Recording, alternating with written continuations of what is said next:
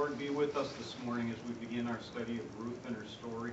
Help us to read and discuss this beautiful story and how it affects us even today. Our daily prayer this week was, Lord, make us prosperous again, just as the rain brings water back to dry riverbeds. Let those who wept as they planted their crops gather the harvest with joy. Lord, be with us the next 2 hours and help us to be active participants. I ask this all in your name. Amen. Amen. All right, here we go. I took notes and I've got a script. So. It's funny how our little group last year was just kind of free-flowing and we got into a pattern, and I'm thinking once we get going here too, that's going to work, even though I guess it's this thing with the size of the group that's freaking me out a little bit. Yeah, that's kind of what I heard. Let's see, I was going to go ahead and right up at the top of page 6 there where it says we're doing It's Family, Redeem the Inheritance. Up at the top of the page it says, Ruth said, do not press me to leave you or to turn back from following you. Where you go, I will go. Where you lodge, I will lodge. Your people shall be my people, and your God my God. And then Sue, could you read the human condition? Maintaining family is hard work. Family is constrictive, demanding, and not always convenient for us. Caring for others can be exhausting and painful. Staying connected is not easy. It's all we can do to look after ourselves. I don't know about anybody else, but I guess that kind of opened things up. I mean, it kind of showed me where we're going with this thing. We kind of knew what Ruth was about, but it's amazing how many different directions that can take you in. So, then over on the other side of that page, it has the Psalm of the Week. And it basically says for 32 weeks every day, every week we will live in the Psalms. We will join our voices with the faith community that stretches across the centuries and reaches around the world. It said we should try to do that Psalm 146 each day this week, but I thought maybe we'll start with today.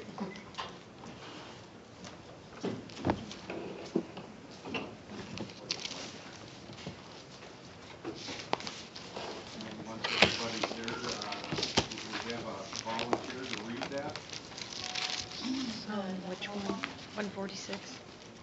Or until your voice gives out. Praise the Lord. Praise the Lord, O my soul. I will praise the Lord all my life. I will sing praise to my God as long as I live. Do not put your trust in princes, in mortal men who cannot save. When their spirit departs, they return to the ground. On that very day, their plans come to nothing. Blessed is he whose help is the God of Jacob, whose hope is in the Lord his God, the maker of heaven and earth, the sea and everything in them, the Lord who remains faithful forever. He upholds the cause of the oppressed and gives food to the hungry. The Lord sets prisoners free. The Lord gives sight to the blind. The Lord lifts up those who are bowed down. The Lord loves the righteous. The Lord watches over the alien and sustains the fatherless and the widow. But he frustrates the ways of the wicked. The Lord reigns forever. Your God, O Zion, for all generations. Praise the Lord. Hey, the video. We're hoping it's going to work now. We got this far, thanks to Jenna. One of the things it says is when, as you're preparing to view the video, pay attention to the location of Ruth in the Jewish and Christian canons and to the themes included in the Hebrew word hesed. Okay, here we go.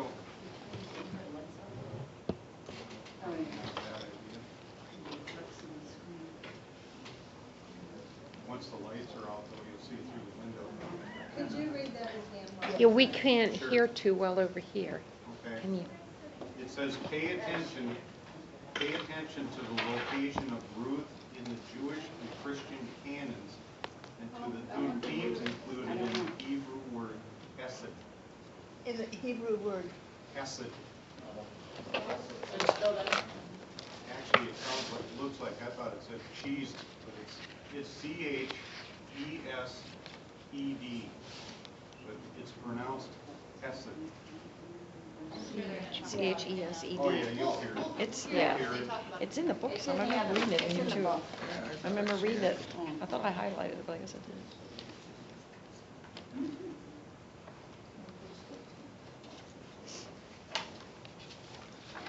Oh, yeah. There it is, right there. Jessup. On page 13. Yeah. Thank you. That sounds. Yeah. This is real loud. Is it? Might be the other one. There you go. Thanks, Kathy. The team. Yeah. Hello there, I'm Peter Story. I teach at Duke University Divinity School, but my home is South Africa. I'll be hosting you through the series, and I'm going to enjoy it. Everybody hear it? Because No. disciple Bible study is a rich gift to the church throughout the world. In Africa, much is made of the quality of humanness known as Ubuntu. Essentially, Ubuntu means that my capacity to be truly human is inextricably bound up with yours. That I am a person only because of other persons. This deep awareness of interconnectedness is central to African spirituality, and also to the spirituality of the Old Testament. The book of Ruth offers many riches, but most of all, it's about the fact that we live in relationship with others. Our lives are empty unless they are given to one another in acts of mercy and justice and love. Perhaps the scriptural concept closest to Ubuntu is chesed, an interconnectedness of loving kindness or compassionate fair dealing, not only among people like Ruth and Boaz and Naomi, but with the God whose very nature is chesed. Amy Jill Levine tells us more of this including spirit. Although often perceived as simple and sentimental, the Book of Ruth is a complex narrative about often difficult relationships and the means by which they are negotiated. Older generation and younger, men and women, poor and rich, foreigner and Israelite. For some readers, Ruth is the model of loyalty and loving kindness. She's a female Abraham who leaves home and family to follow the call of God to an unknown land.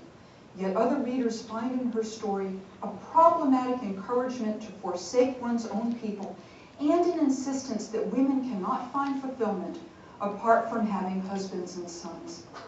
Less a text that provides answers, the text of Ruth forces us to think about our own identities, our interactions with others, and the means by which we achieve our goals. In Christian Bibles, the book of Ruth is located between the books of Judges and 1 Samuel. There, the narrative locates the story chronologically.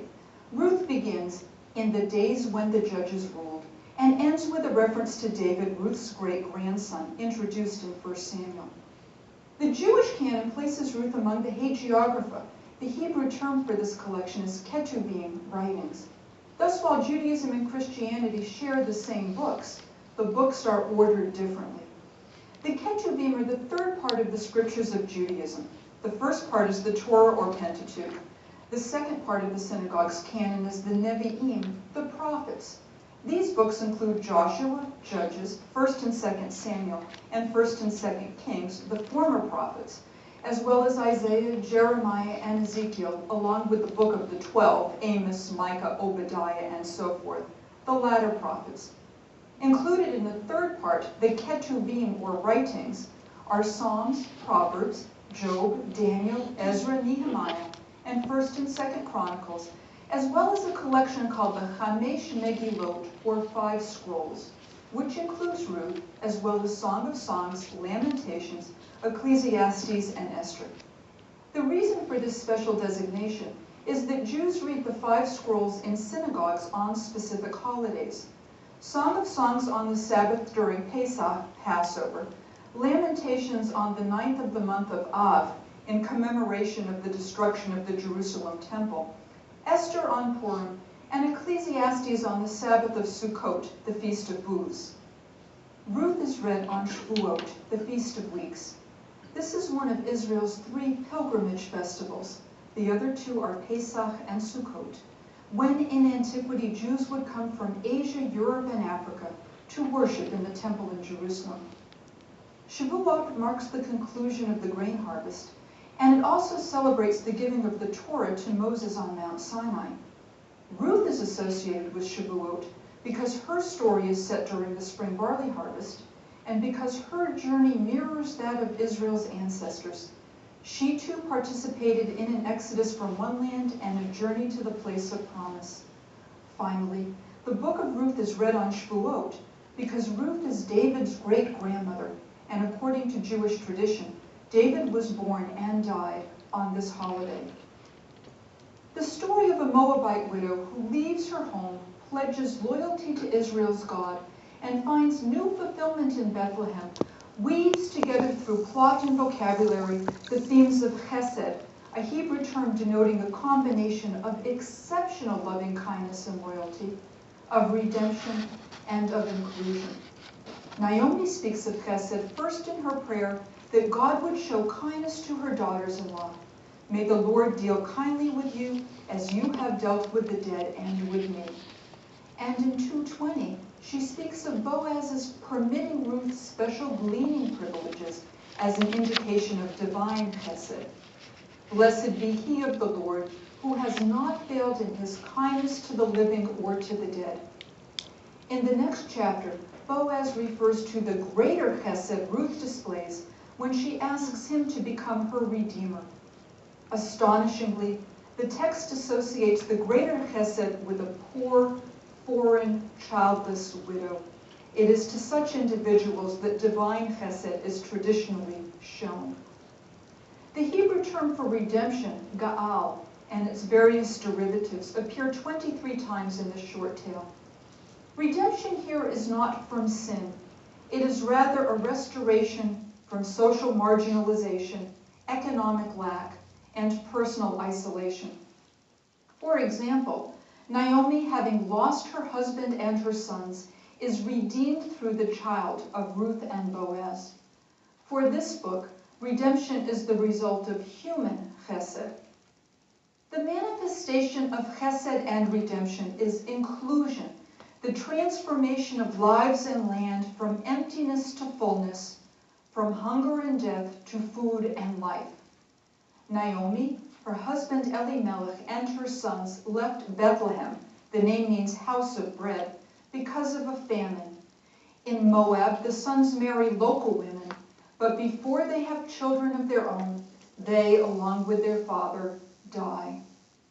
Bereft of husband and sons, Naomi is the incarnation of emptiness. As she states to her former neighbors upon her return to Bethlehem, I went away full, and the Lord has brought me back empty. She is so barren that she fails even to acknowledge Ruth's presence beside her. Boaz, although materially wealthy, may also be seen as empty, for he has neither wife nor heir. When at harvest time Boaz redeems Ruth, and with her the property of Naomi's family, he brings to completion the house of Elimelech, even as he begins his own lineage.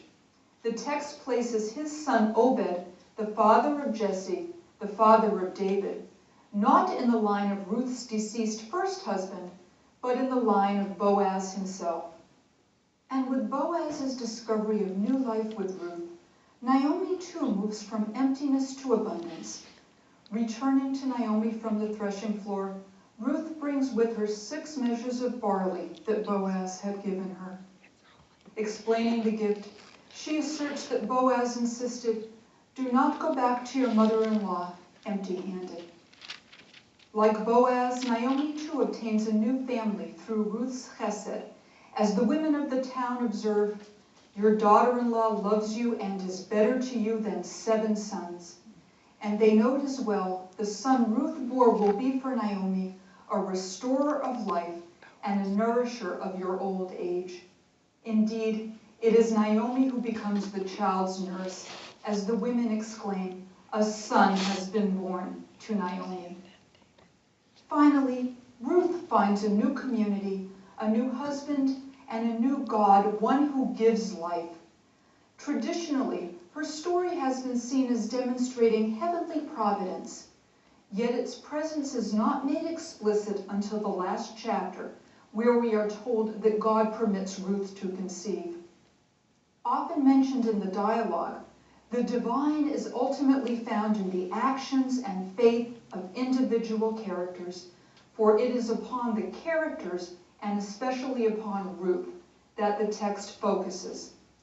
As Boaz states to her, "All that you have done for your mother-in-law has been fully told to me, and how you left your father and your mother and your native land and came to a people that you did not know before. May the Lord reward you for your deeds, and may you have a full reward from the Lord, the God of Israel, under whose wings you have come for refuge." That this particular foreigner is both biblical heroine and ancestor of David is extraordinary, given that the Moabites, along with the Ammonites, descended from the incestuous relationship between Lot and his daughters, and that Deuteronomy 23:3 forbids Moabites and Ammonites from being admitted into the congregation of Israel. This extraordinary heroine prompts some scholars to propose that the book of Ruth was written in opposition to the decrees of Ezra and Nehemiah, mandating that the men of the covenant community divorce their foreign wives. Perhaps we might see then in the book of Ruth the chesed, the loving kindness of the biblical writers, who have the generosity of spirit to celebrate the Moabite, the newcomer to the faith, as a role model. The book of Ruth maintains its popularity not simply because it is in the canon. These 85 verses endure because in them we find ourselves. Indeed, this text forces upon us the ultimate questions of human existence. Whom do I exclude because of religion, race, ethnicity? Who is my family? What is my home? Where is my community, and how were they formed? How far must I go to live an authentic life? Are my actions in accord with divine will? What makes me complete?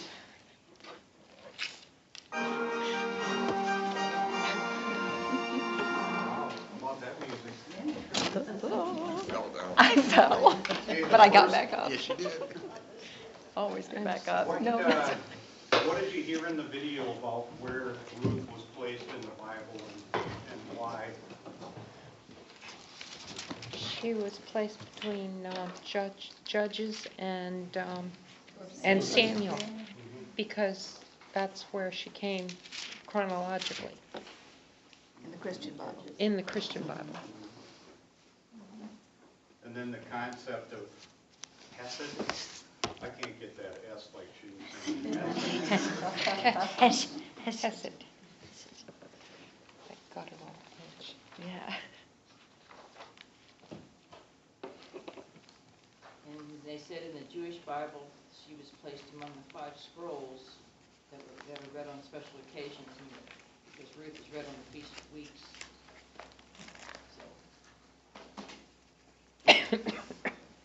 Hesed means inclusion, and it's obvious that including it.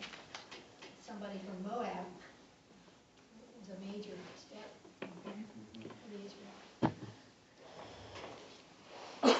And then how are lives transformed as a result of Hesed?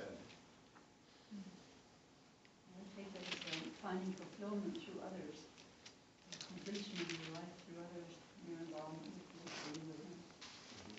Also the compassion, I think. I can't hear anything. Yeah, we've got to Can- speak up. I'm sorry, there's so many of us we can't hear.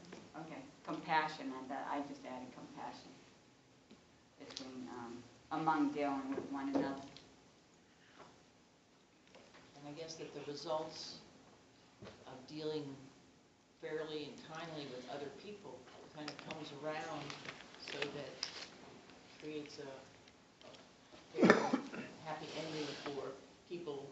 I mean, she didn't go to the fields in order to find a husband. He didn't befriend her because she was a relative, because he didn't know at the time, and because they all gave each other there's compassion and, you know, and it'd be kind of all, it's like what he was saying, characters working out God's will. Anybody have anything else on the video? I thought She it asked was- a lot of really good questions Yeah. at the end. Yeah, she did. There's a whole, we have a whole year's worth of classes on those. Mhm. You got all those, right? Well, who do we exclude? Who do we exclude? Who do we feel okay? Who do we feel righteous enough to exclude? You know, I mean, when we're, oh, not those people, you know. But that's the theme throughout the Bible, is that Jesus is telling us, don't exclude anybody.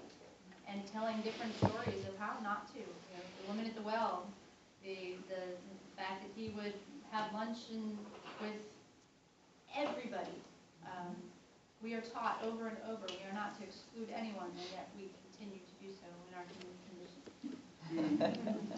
And I think too, we can't give up. Especially like in your own family, you can't give up. Yeah, I think that's- Inclusion of others, I think, is so important, such as Michelle. So many people have become involved who don't even know her, and inclusion of her in their lives, if they can, and therefore making her life so much richer because of others. And making our lives richer because of her. Right, yeah. It's meant to be shared. The human condition, as it talks about in the first paragraph, which we often have discussions about, you know, is so true. And I think I've told the story in class before. Whenever I was teaching, it was a high school class, and we happened to have this series on basically being kind to family, because you're generally kind to your friends, and it always came back to me. You know, I could be nice all day long in the classroom, and when I'd get home to my two boys, have you done your homework? I'm tired, you know, I've got to cook supper and whatever. And I was like, you know, a Jekyll Hyde. And it's so true, and I think something in the video last night that Doug preached about in new members, that we sometimes forsake our families. It's so easy to turn them off because we assume they're always going to be there. And they might not be. But Jenna, bless her heart, I don't know all of her dark and deep secrets. So I just love her to death, you know, always pretty nice to her.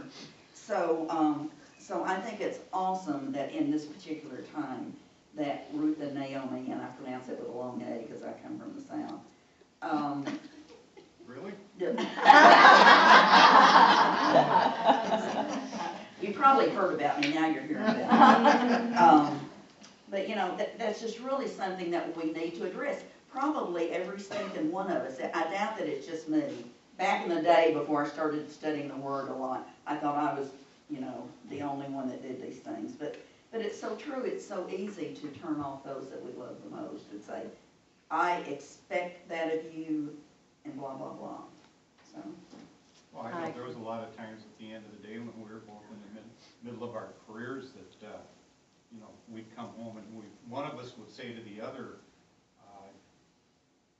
do you think you treat the people that you work with better than you do your kids? And it was like that. You'd come home after all day you're being nicey nice to, you know, clients and customers and people you work with, and it was like, does that give you license then to go home and start taking it out on your kids? Yeah, so it's so true. Well, you can be yourself when you're with your family, but if that's your true self, then that's not necessarily. Exactly, that's the bad part. That's the true human condition. That's where it comes out. I'm with you, Neil. I got out of teaching for that very reason and went into business Well, because and I probably did it in every realm, but. so yeah. strict on my children, and it wasn't right. You know, I was. Well, when you were nice all day to the other children and you couldn't be nice to yours, yeah, it's sort of like, you know. Well, it was so unfair. Yeah. Expecting them to be. It's not just being nice or not, it's acknowledging them, giving them time, giving them your time. Right. Okay, you give all this time to where you work and everything else, and then you come home. do you give the same amount of time to your kids and your spouse and that sort of thing? It gets skewed. I think we should have been reading more about Ruth when we were in the midst of our careers. Absolutely. Yes. Did anybody have anything else, any comments about the video? Anything about the, I just thought, I don't know what I'm gonna do this year if these guys are dressed more for the times than some of the earlier. I used to make fun of the people's glasses and what the guys were wearing. So far, it looks like they may have updated it a little bit. Well, Catherine and I liked the guy's accent at first. Yeah. We Yeah. kind of got a little. All right, this next part, one of the things I had mentioned last week, and I mean, Kathy probably remembers this, that, you know, we do on the next page on 7 where we go through the daily readings and put down our comments and things, that I kind of like to, I don't know how this was done in other groups before, but actually have a group that's large enough to at least try this time, see if it's something that works for us, would be to get in groups. And I was looking during the video that we had four. Okay, everybody all together, let's hiss. Yeah. Well, humor me one time. You know, if it doesn't work out, that's fine, we can do it another way, but at least this time, I looked in the leader's manual all last year and it said break up into groups. Well, we had 4 people in the whole, so there wasn't gonna be any breaking up, so. We're nosy, and we like Yeah. to know what everybody else thinks. Well, So. You will at the end, 'cause the idea was get into groups of 4, and then when we're all, you know, we'll do, I don't know, 5-10 minutes or whatever, and then just, you know, like each have to come up with a spokesperson and just say what your summaries were. I'm gonna make this like a seminar or something, I guess, and then everybody will So get is it. each group taking a page? What is Each your one's breakdown? gonna take like these guys would take day 1, Okay. day 2, day 3, day 4, and then I guess Sue and I will end up with day 5, I have my own day. so. Or. Yeah, 'cause one is just the overview. One is the whole thing. One is the whole Right, story. so you guys kind of do the overview then, and then they do day 2, day 3, day 4, and we'll do day 5. Can we deal with that? Can we try that? I guess we have to be nice. Do we have to? I don't know if we need to Practice break it. what you read. Yeah, break it. So we'll say about. You never know what Neil is thinking, so just so you know. Well, No, you usually know what Nicholas said. We'll allow for a little extra time for that first day. Take about 5 minutes, and if everybody's ready sooner than that, just What are let we me know. doing? Which floor? I'll just go this way. Go which day? I'm just split me in the middle. But no. We're gonna be a 5-some over here. Yeah. So we're day, we're day. We're 3. That's fine. 2, 3. There's 5 of us, we need an extra one. Yeah, I'm here, gotta make up for that. All right. Sounds good. So We're day 3. Day 3. Judges, these are dark days because the people did whatever seemed right in their own eyes. That was when Ruth told Naomi that she was going to find a field where she could glean. And she went to Boaz's field. And that was it. He turned out to be a distant relative of Naomi's husband, Elimelech.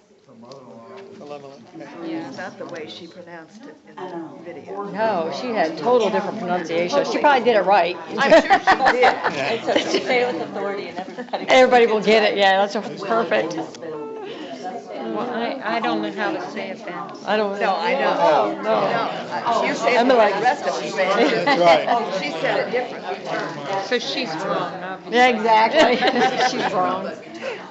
She's So wrong. he allowed her not only to glean, but he offered her water, and at mealtime, he offered her bread and wine vinegar, Reference in here to Judges, and gives us the and the roasted grain. years. And Naomi was pleased when she heard about it, Moab king until someone so she continued to glean in his field. killed the king, came back, so He told her to stay there so she wouldn't get attacked someplace else. this generation probably didn't know anything except And then that little blurb on Deuteronomy explains why they were able to glean, that God told Moses that when farmers were harvesting their crop, they had to leave enough of each crop around the edges for the poor to glean. So that's my contribution, sorry. Good job, Judy. I think you can tell the class. Yeah, exactly. You just covered it all. You're a spokesperson. That's right. Oh, You yeah. took good notes. I did days 1 and 2, and then I stopped on day 3 with my notes. Sometimes my notes get so squished. Yeah. I wish we had a little more space. Right. Well, see, we're not using our book at all because we're sharing. it. Sharing, Yeah. yeah. Sometimes I just highlight my Bible too. Yeah. Hey, there's nothing wrong with No, I do, mine's so marked up, yeah. You know, when my grandmother died, no, let me take that back. When one of her husbands died, she was so upset because his family, nobody wanted his Bible. Oh my God. And I have her, and there isn't a page that's not just written. Something written on somewhere, something, yeah. Not something written on it, written all over. But that's what the Bible's for. That's Some the way people it's think for. it, yeah, and some people think it's not supposed to be But it's turned just, and not moved, not touched, and it's like, it does you no good. It's supposed to be the living word. If you're not using it and writing in it and learning from it. I haven't gotten as comfortable with writing in my Bible, but as to writing everything all over the place like in the book. It just really amazed me that even though It's all good. 13, Yeah. It's all good. 77. Okay. it's what's in the Bible That's important. that's important. Exactly. Not Yeah. Somewhere in here. Yes. the book itself. Yes, yes. Impressed. I have to get there. Faith that But I mean, I enjoy everything I read, but I should mark it down. sometimes when you're in the depths, still have that hope that things are going to get better. That's kind of what it meant to me. I like the Deuteronomy business. What a wonderful Oh, yeah. law Yes. to allow Well, it's really not that, but I mean, to leave part of it. We don't do that today. it's like, Now there's nothing left. Take everything. Yeah, And then well, some. and now what we've done is we've taken the people who were sharing, 2-minute warning. like churches and stuff, and now the government has taken over the role and taken away so much money for the people that the churches can't do it. You know, the money's going to the government, and they spend it as they The churches choose. could do a heck of a lot Better, Well, I think. but it's God's compassion that He'll let him, and don't we do the same thing? Don't we say, why God?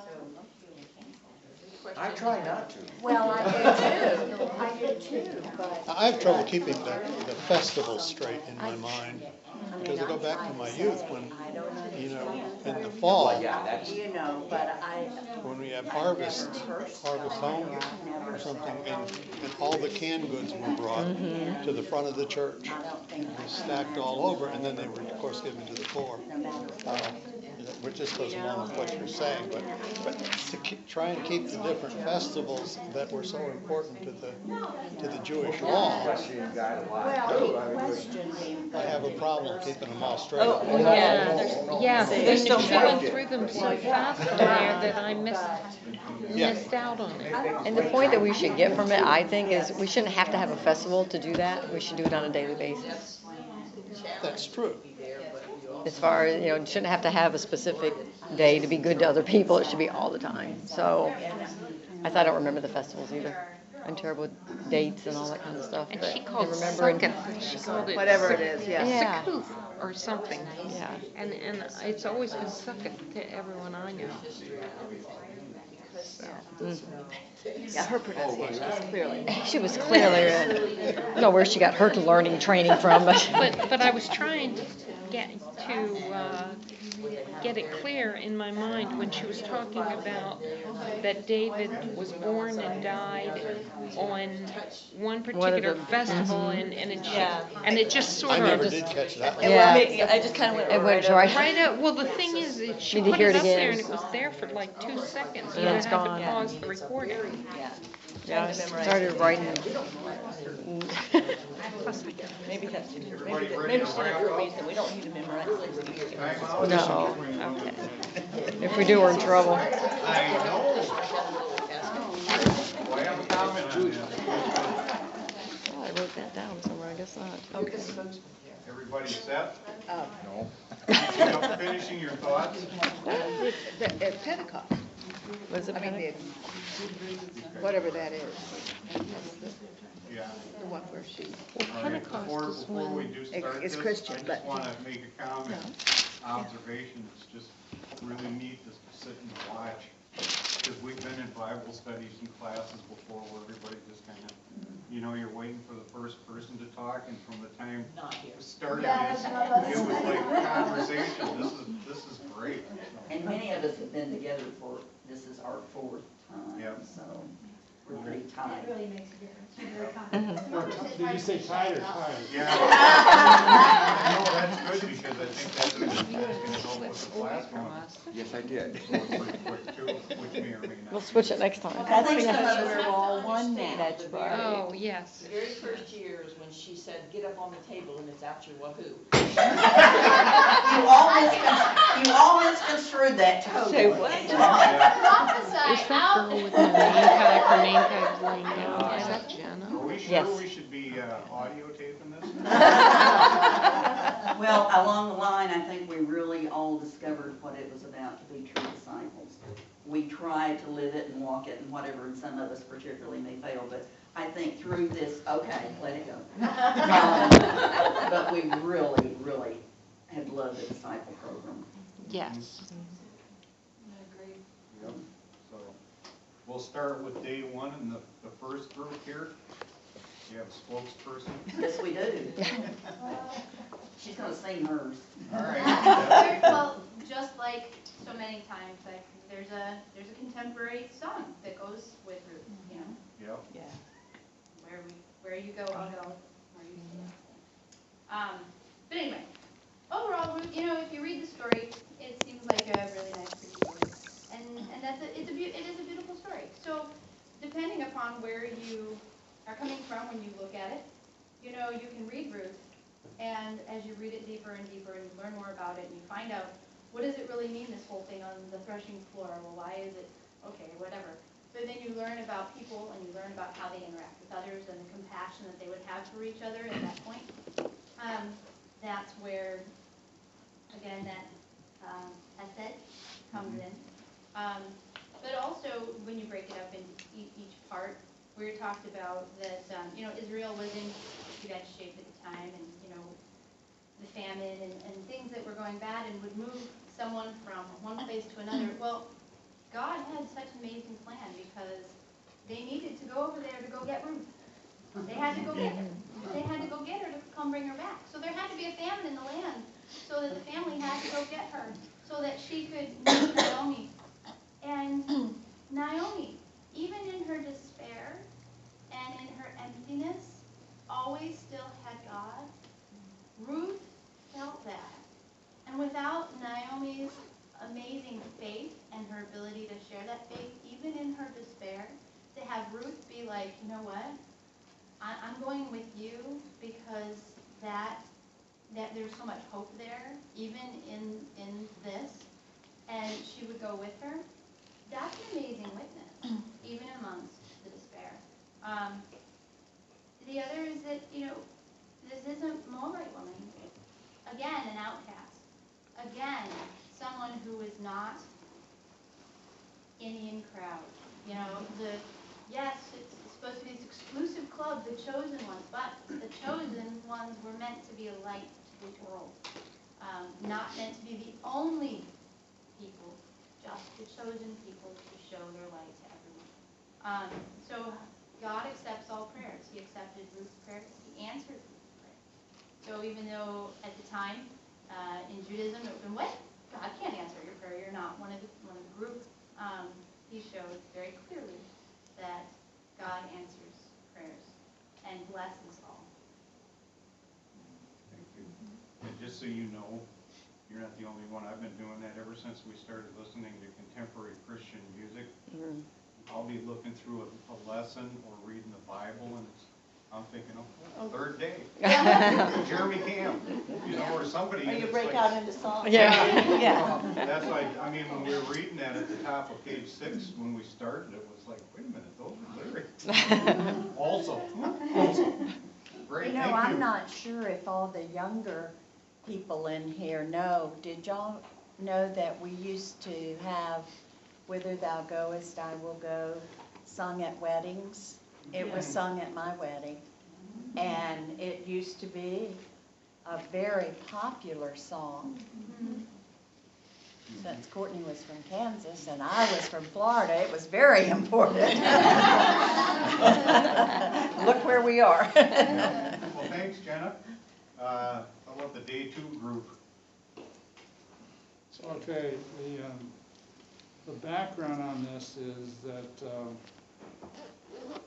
Moab oppressed Israel during the period of the Judges. And like Israel did throughout history, they were in cycles of sinning and worshiping idols, being punished by God, crying out for help, and then rescued by a judge. And really, because of Israel's sin, God allowed Moab to be actually to rule over Israel. Israel was oppressed until a judge came out from God. Ehud was Israel's judge, and he actually killed the king of Moab, and then there was peace for 80 years. But so the way we viewed it is that because Moab was basically an enemy of Israel, that the fact that Ruth was treated not as an enemy, but as a person, and she wasn't categorized as someone that came from a country that was controlling Israel, but she wasn't classified that way. She was considered by Boaz and others. She was accepted for who she was, and the fact that she loved the love and that she showed to Naomi and others as a person, not as the enemy. And from the Psalms, the theme from Psalms 13 was that praying for relief from despair, we must continue to trust God even when He doesn't answer us immediately. And that things weren't happening fast enough for Naomi, but as we saw, things did work out. Thank you, sir. Next group, day 3. Go, Judy. During this part, Ruth tells Naomi they're already in Israel, and Ruth tells Naomi that she's going to find a field where she can glean and to go after the harvesters. And she went to Boaz's field, obviously not just coincidentally, but it seemed that way at the time.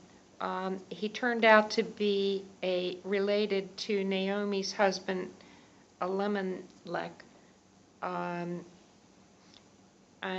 Boaz allowed Ruth to glean, and he not only did that, but he offered her water, and at the mealtime he offered her bread and wine vinegar along with the roasted grain.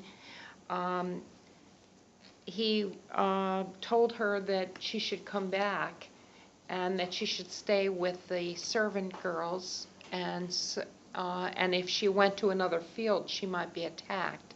So she continued to go, and Naomi was pleased when she heard about it.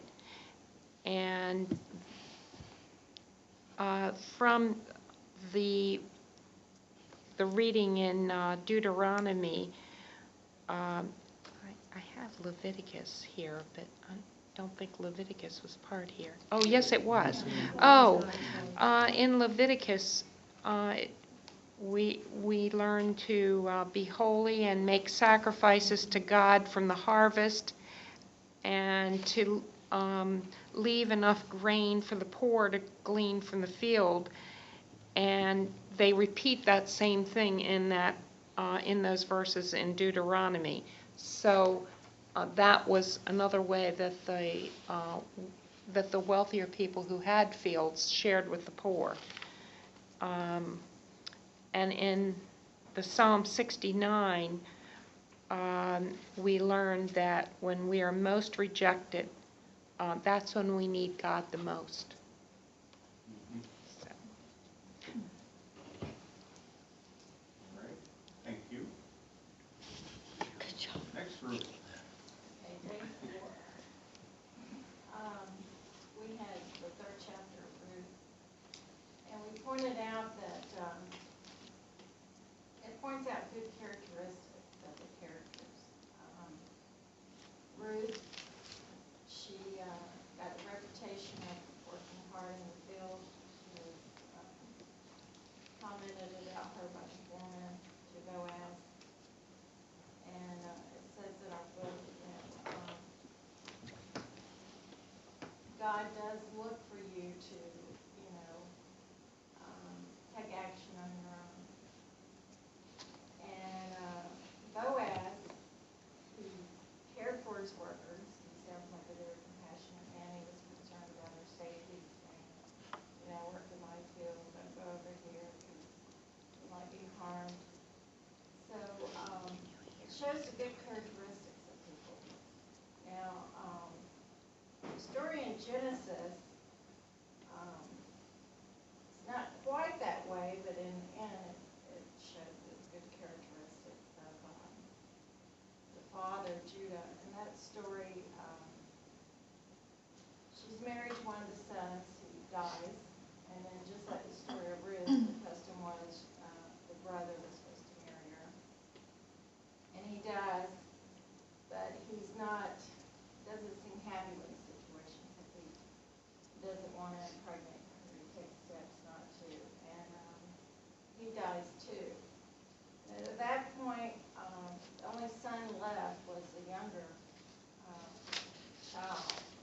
So he promised her that once he got old enough, she could marry his little son. And she ends up traveling away. And I guess the father, in his grief, he doesn't carry through. The youngest son is grown up, but he never tries to contact her. And he goes to the area where she's living now, and she tricks him by wearing a veil where he cannot see her, going to an area where prostitutes were. And so she ends up tricking him into taking her as a prostitute, and she ends up getting pregnant. And for payment, she had accepted a seal of his, so she had proof of, that he had slept with her. So then, when he was trying to pay her, that was kind of a, I'll give you my watch and I'll pay you later kind of deal. That's when he finds out that she's pregnant with his child, because she shows him the seal. But he does change at that point, instead of getting angry, which most people would, he recognizes, hey, I didn't do right by her, I didn't look after her, she was a member of my family. I mean, these customs sound odd to us now, but anyway, he did just totally disregard her, and he recognizes what he did and turns around. Thank you. I had one thing. It's funny, this story I told Sue when we were reading through this week, that when we got to that part about Judah, and it was like, I remember we talked about this last year in discipleship too, because why I thought about this at the time we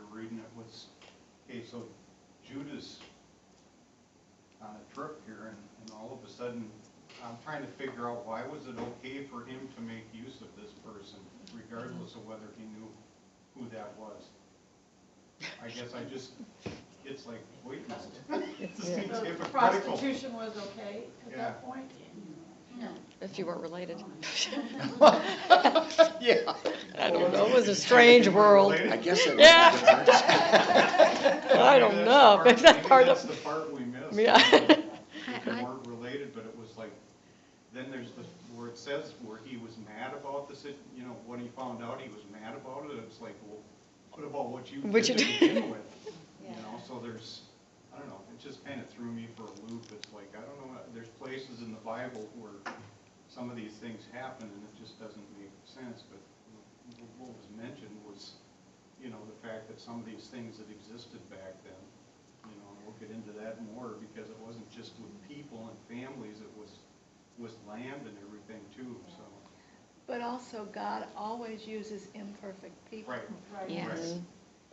Well, I was surprised this custom went all the way back to Genesis, that it Right. wasn't under Deuteronomy, Leviticus, and the laws that Moses got from God. But this was way before that. And so I'm not sure how this custom came about. There may be some explanation of that. But basically, it was to take care of the widows, and for those that are less fortunate. And made it work for them. Although the new husband, he had to give his son where he had the name of the deceased.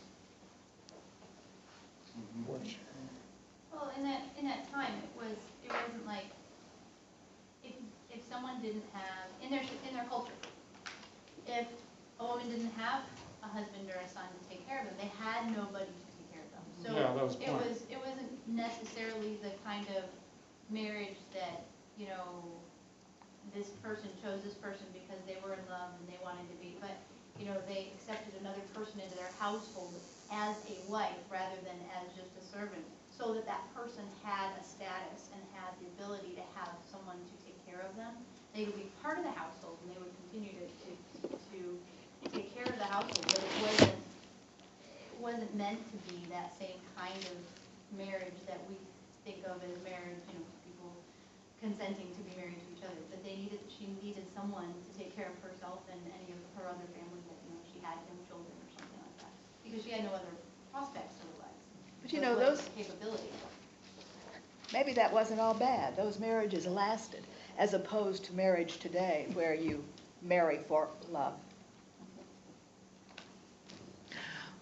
Well, the one thing I got out of the story about Judah and Tamar was the fact that her one, she had twins, and then the one twin, Perez, turns out to be the, the great grandfather of Boaz. And then Boaz and Ruth are also, David came from them, and King David. And then, of course, Jesus came from David as well.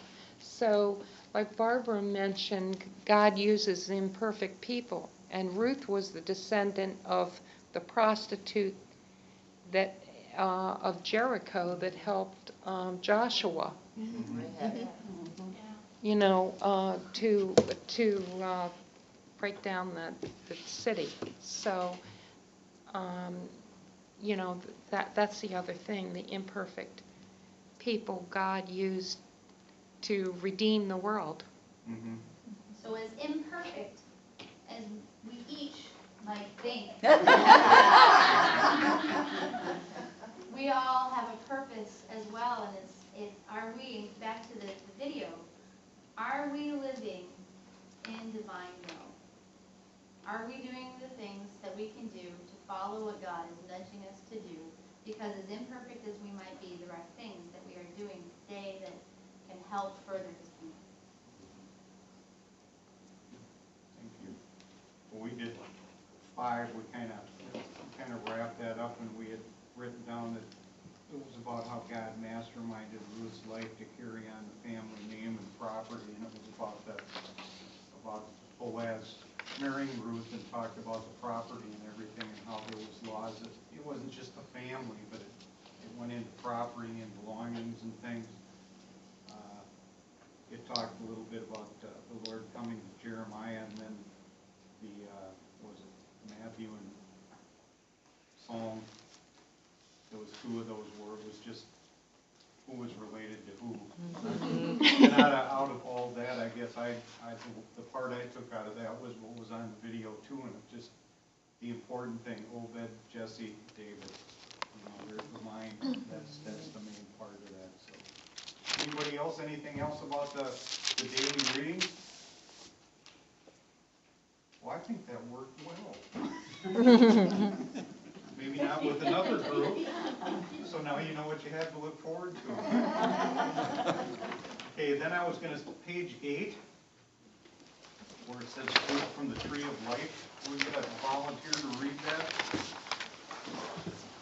Fruit from the tree of life. The rabbis had no trouble including Ruth in the Bible. The story is too compelling, too instructive to leave out. But they did have trouble deciding where to put it. Should it be placed after Judges, since its historical context is in the days when the judges ruled? The Septuagint, a Greek translation of the Old Testament, and the Christian Bible put it there. But the oldest text and the Hebrew scriptures today place it in the writings, the third part of the Hebrew Bible, right after Psalms, Proverbs, Job, and the Song of Songs. Perhaps because of its theme of sadness and love, but more likely because it provides the near miraculous link in the genealogy of David and Solomon. Dating the writing of Ruth is nearly impossible, for it floats through Hebrew history, a love letter with a timeless message. The book of Ruth is a perfect place to begin our study of the writings, for Ruth looks at the harsh realities of everyday life and tries to teach us how to live. In the story, ordinary people like us, folks struggling with the mundane affairs of life, food, family, work, marriage, babies, figure out a way to survive. Each person has a role to play. Elimelech, Naomi, Mahlon, Chilion, Orpah, Ruth, Boaz, and even the unnamed relative. But the key actor, the one working quietly behind the scenes, is the Almighty God of the covenant, who does not forget or abandon. The story of Ruth is one of the world's great narratives. Enjoy it. Let its teachings creep quietly into the corners of your mind. Thank you. Don't we keep going? No, that's good. I was just, what's funny was that we had to say Orpah a couple of times before the first time Sue was reading and she said Oprah. It's like, wow, she got into the Bible now too. I did that too. Yeah. Well, then it was like every time we read it after that, we kind of chuckled a little bit. Yeah. One of the things, this just came up this morning reading through Ruth, you know. After we had read through it, we were talking this morning, and it just kind of dawned on me. I was thinking about what happened with Ruth and her daughters-in-law. Was that I just asked Sue. I said, what if I wasn't here, and what if our two sons something happened to them?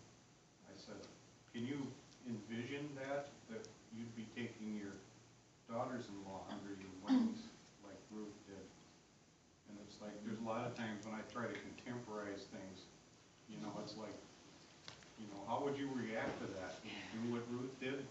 You know, she wasn't sure. She said, I think it would be a challenge, but, you know, you would hope you'd be able to do that. My daughter-in-law is more, since I don't have a daughter, my daughter-in-law is my daughter. Mm-hmm. And so that would not be a problem at all. So, all right, page 9, down at the bottom. I think it's the very last paragraph there. If someone would volunteer to read that through to the question on the next page. Starting with the word Ruth. Yeah.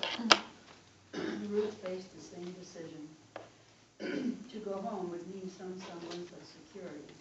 To go with an elderly widow, a woman emotionally exhausted, to a land Ruth had never seen.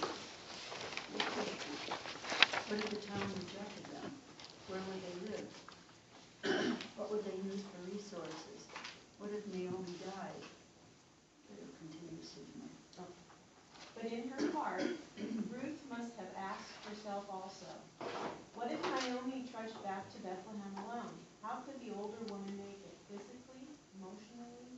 financially by herself, she would be helpless. She needed somebody. She needed family. And then the question, how far are we to go in trying to save the family? Till you can do no more. Oh. To the end, yeah. To the ends of the earth. We just wrote down as far as it takes. Yeah. We need to be persistent, we need to be patient. There's times when I think we overdo it personally when it comes to things we're dealing with, and we just need to, I don't know how many times we've heard this, we'll be telling somebody all the drama, somebody will just say, let go and let God. Anybody else? But that doesn't necessarily mean, when you're saying take care of family, doesn't necessarily mean enabling them to do things they shouldn't. It also Right. means tough love, so. Right. Yeah. But it's still helping the family. Yeah. I had put down, as far as we can, then I put, however, sometimes sacrifice is needed on both sides, you know. Sometimes you have to meet halfway, you know, in order to help someone, and, you know, and I just put, you know, family members should all be humbled and pray for direction. I had the pleasure of meeting Michelle's stepfather when I stopped over there the day I was there. And he made the comment, when you are family, this is what you do. And he had those two little boys, oh, and then they'd run and then they'd back.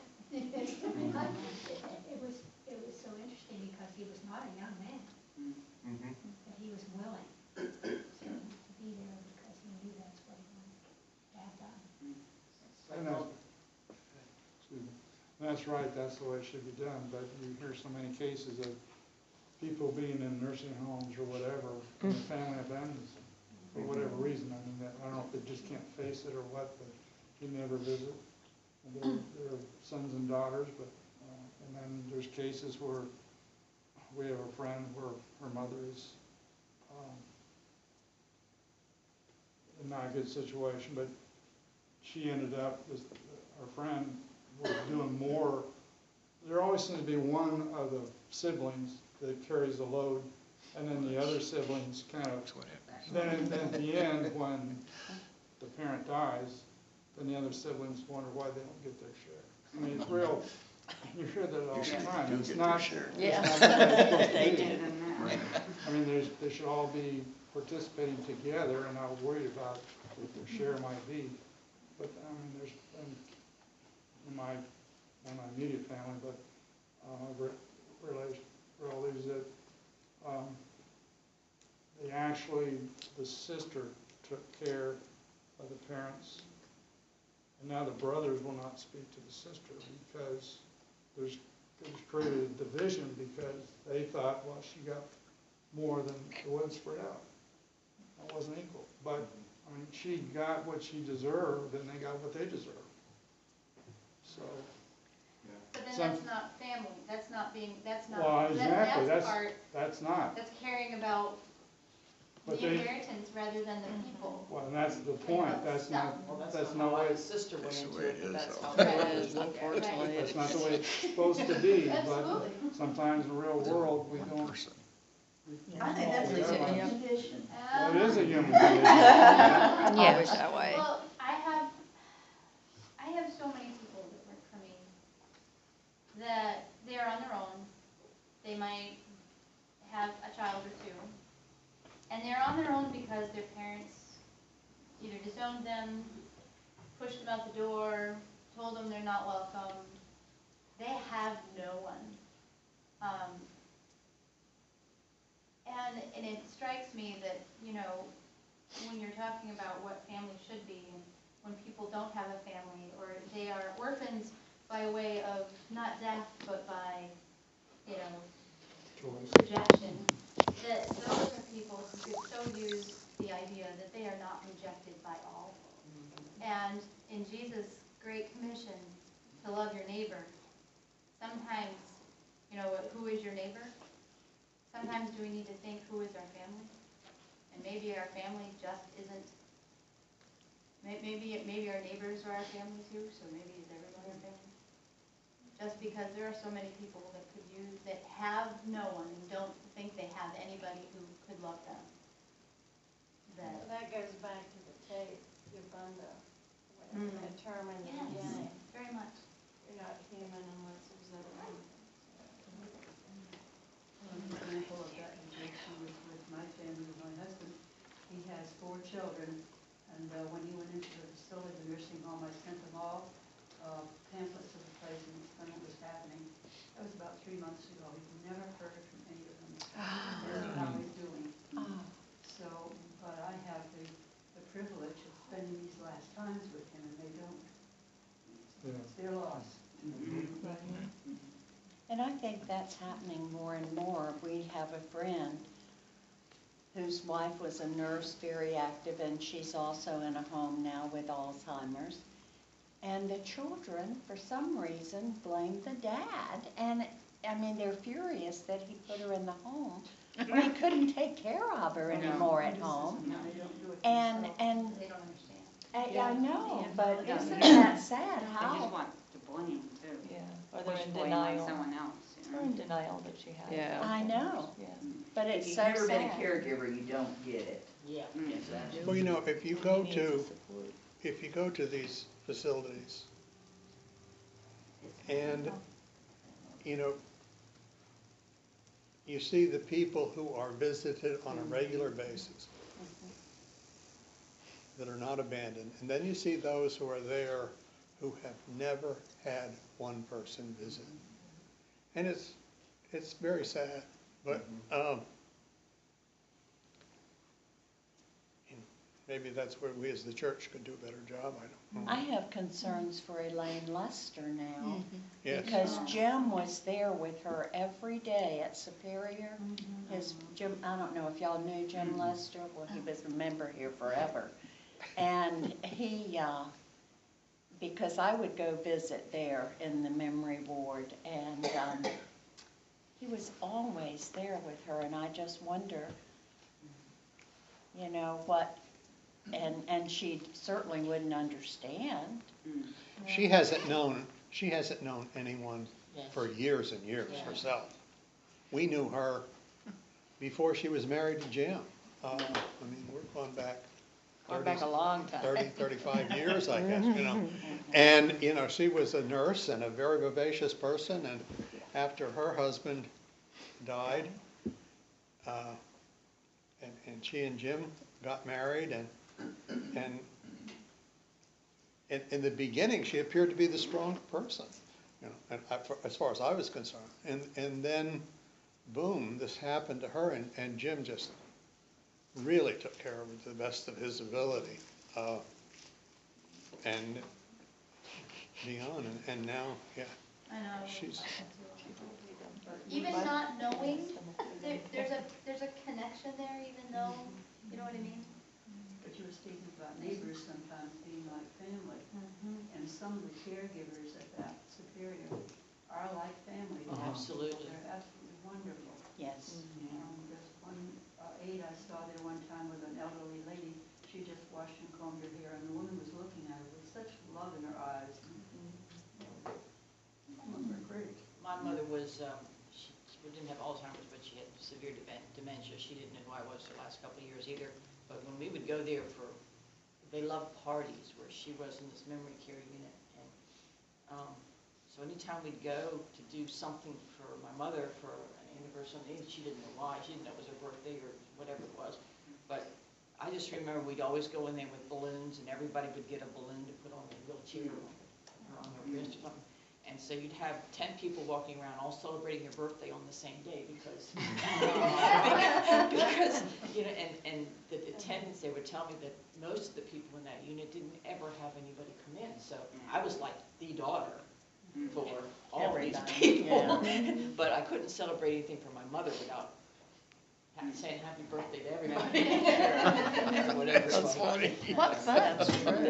Party. I mean, I kind of nice to have a birthday Oh, it's every cool. And you should see little that- while. Get, bringing them ice Tell cream. everybody and else cake. about it. 5-year-olds, you know, it's like, Just personal recognition. I go over there twice a day to see my husband, and I'll say hi. I know people by name, a lot of the patients. And they'll light up just as you talk. Yes. Mention your name. So they're. Makes a big difference. Makes their day for them. And half of this is because families are not physically in the same place anymore. Right. As soon as, especially the kids get away somewhere, it's just so easy for them to get caught up in their lives at the moment and not think about what's happening wherever if you don't see it Out of every sight, day, out of mind. you know, it's just easy. And I think back, I lived about 2 hours from my folks when I was married, and I didn't give them as much due as I should have. I should have been over there a lot more than I was. But it's distance does a lot of that too. Not only the rejection, but just you might have the good intentions, but distance and your lives just put stuff in your way that you shouldn't let it be there. No, you gotta learn priorities. Hey,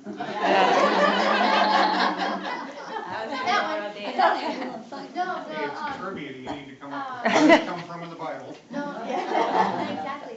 The folk song from, the spoon, the Cats in the Cradle. Yeah. Yes. My sons, Cats in the Cradle, Silver Spring. my sons have to read, because I send them the lyrics every once in a while, if I get the feeling that, or I'll start an email in the subject line, Cats in the Cradle. They'll know what I'm getting at. I like that. Well, that's, the other day, we were just noticing too that,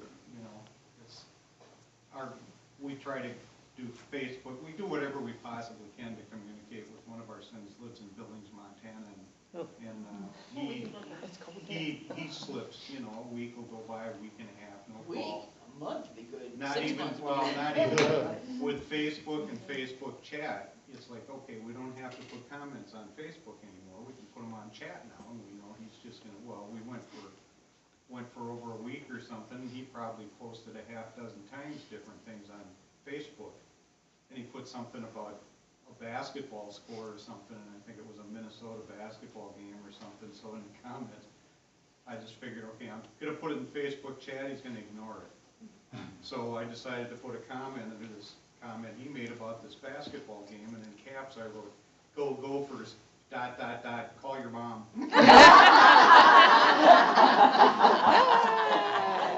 Well, it took a couple of days, but he finally did. And I mean, it's like, it's too bad sometimes though that you have to go to those extents. I mean, there's been times when we just need to get off Facebook, but then I don't know if we communicate. You learn to adapt. They used to answer the phone, now they don't answer the phone, and then they used to answer the email, now they don't answer the email, but now the only way to reach them is text. Text. So I know, and we've told them we won't do learn to that. text whether you want to or not, because that's the only way you get communication back. So we refuse to do text. We don't even have it on our phone ability. Oh, it's nice, it's much better than Facebook chat. Well, because Technology's our we were downfall, though. finding It's that gonna that's kill the us. only way they communicate. That And is I the want to only hear way his to- voice. I Right. don't want it in a text I can't read. Sometimes I read between the lines too much. Well, the only thing is, like our grandson who's 17, if we didn't text him, we wouldn't hear from him, and then because we're texting him, even if we just say, "Hi Gabe, we're thinking about you, sending you lots of love, how's school?" Then when he sees us next, or he hears the phone ringing, he will answer. When his parents won't, but he will. So. I just find it amazing though that you go back a decade or two, and it's like, we communicated. Yeah. Yeah, I think so. They're This is losing supposed to things. be progress. It's wrong. It's not that it's wrong, but it's changing the way our world functions, and the younger generations are not going to know how to communicate with people. No. They're losing that Disney movie WALL-E. If you've never seen it, it's like that's what we are evolving to, and that's sad. The communication of one-on-one, the younger generation, they can't do it. It's too easy to text. There's no emotion attached to it. You can't really tell what's going on with it, and they can blow you off or not. It's just, I hate it. I really do. I am so anti. But if you were one of those younger generation, how would they, just to turn it around, I don't know, because I'm not part of that Right. generation, how would they view how we want to communicate?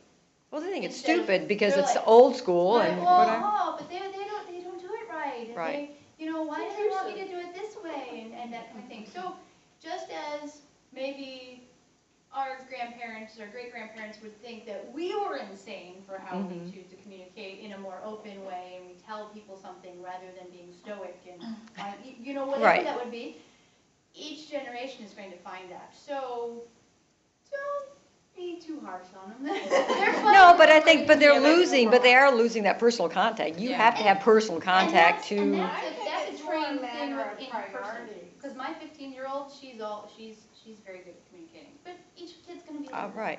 And they play these games, which the first time I saw it, I was horrified. Gabriel's playing with his friend. I'm sorry. No, go ahead, go ahead. Oh, he was playing with his friends upstairs, Janet said. Yeah. I went up there, there's nobody there but him. I said, how are you playing? And he says, oh, they're at home, we're playing this game. And I could hear their voices, but they're not in the same room. My husband does that. I think it's more appalling when they're sitting next to each other. well, it is, that's what I'm saying, the communication, I'd say something, don't, what can't you say out loud that you have to do through a text? That's very puzzling to Oh, me. they're Just- sitting right alongside Oh, my of each kids other? for a while would do, they'd be Oh. upstairs and they'd text I me and didn't say, know Mom, that. can I have this or that? And I'm like, I wouldn't answer. It's like, if you want something, you better come down and ask me. I'm sorry, I'm not doing that. The premise here for a possible Disney movie, take a bunch of teenagers from now and throw them back in the Bible days. And There see you how go. they do, so. I I have don't my know. granddaughter here though, and I go into my office area, and there she's talking to her friend, and it's like he's right in my own house. How old is You know, she? You could talk to him, and you could see him. No he could see FaceTime. you, Oh, yeah. FaceTime. I can hear him saying, now, who's that? I just don't We've heard of people understand falling that. from one level You to can another. together. We're destroying, Just going we're up the turning them stairs into or mush down the to a degree in the Call them emotional themselves. side, I think. Okay, we're gonna move on here. Page The whole- 13. Where it starts with God's hesed. Could we get a volunteer to read that down to the question, please? God's nature, as I said, loving kindness or steadfast love. Constant refrain in Psalm 136 is God's steadfast love endures forever. Boaz compliments Ruth for showing steadfast love to Naomi. He has heard the gossip in the village. Naomi proceeds to show Hesed himself. May the Lord reward you for your deeds, and refers to God, under whose wings you have come for refuge. Later, when Ruth boldly lifts the cloak and sleeps at Boaz's feet, it is the wings of Boaz that become the wings of God. Recall a time when a member of your family or another family went beyond the call of duty. Anyone have any examples they'd like to share, or? Yeah, I actually do. And, well, it was 1962 and 63 when I was 8 or 9. My mom was a nurse and she worked a graveyard shift. And back in those days, if you got pregnant, usually your family tossed you out the door, and that's kind of what happened. We had Noreen until she had her baby.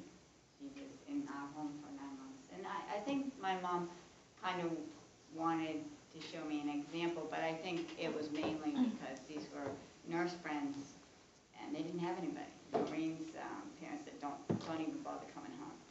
So she came and she lived with us until she had her baby. I don't remember if she did give up her baby for adoption or not. And then Carol, I know she kept her baby, but she was another nurse friend, and she had a bad family home life. She probably could have been in there, but my mother offered to take her out of that situation because there was a lot of alcoholism and stuff in the family. So it was a good example, you know. I mean, they weren't related. They were just nurse friends with my mom's, and they needed someplace to be. So.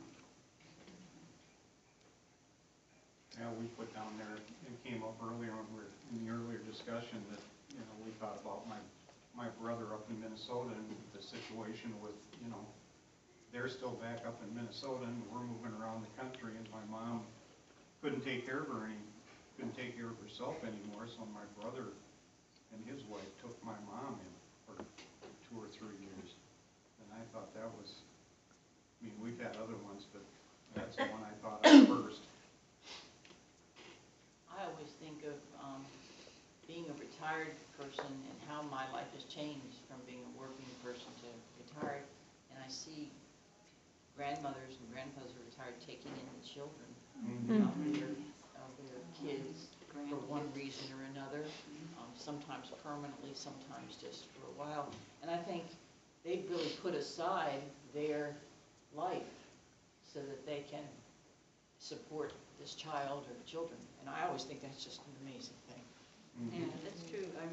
I remember when my mom did that for me the first 6 months of my child's life. I had gone back to work after 7 weeks because we had a home, but we didn't really have that much money and stuff. And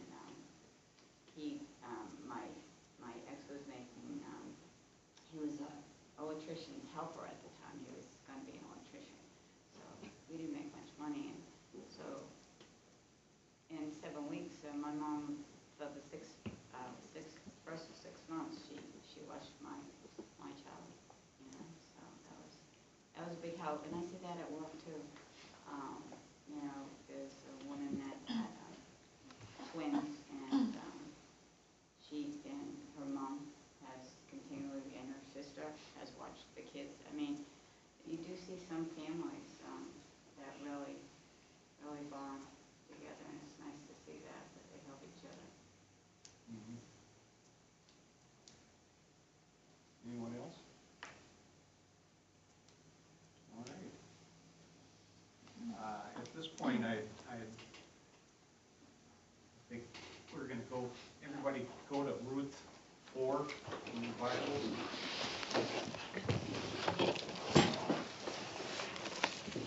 And I'm not going to read the whole thing, probably just going to read it up to the genealogy of David.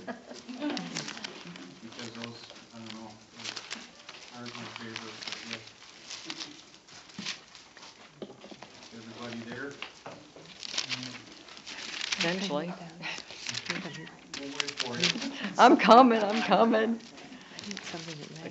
I know, I can never see. See, I Okay, know I I'm was gonna good. read this, so I already have it marked. I thought I was marked. You were. All right. Meanwhile, Boaz went up to the town gate and sat there. When the kinsman redeemer he had mentioned came along, Boaz said, "Come over here, my friend, and sit down." So he went over and sat down. Boaz took 10 of the elders of the town and said, "Sit here," and they did so. Then he said to the kinsman redeemer, "Naomi, who has come back from Moab, is selling the piece of land that belonged to our brother Elimelech. I thought I should bring the matter to your attention and suggest that you buy it in the presence of these seated here and in the presence of the elders of my people. If you will redeem it, do so. But if you will not, tell me so I will know. For no one has the right to do it except you, and I am next in line. I will redeem it," he said. Then Boaz said, "On the day you buy the land from Naomi and from Ruth the Moabitess, you acquire the dead man's widow in order to maintain the name of the dead with this property." At this the kinsman redeemer said, "Then I cannot redeem it because I might endanger my own estate.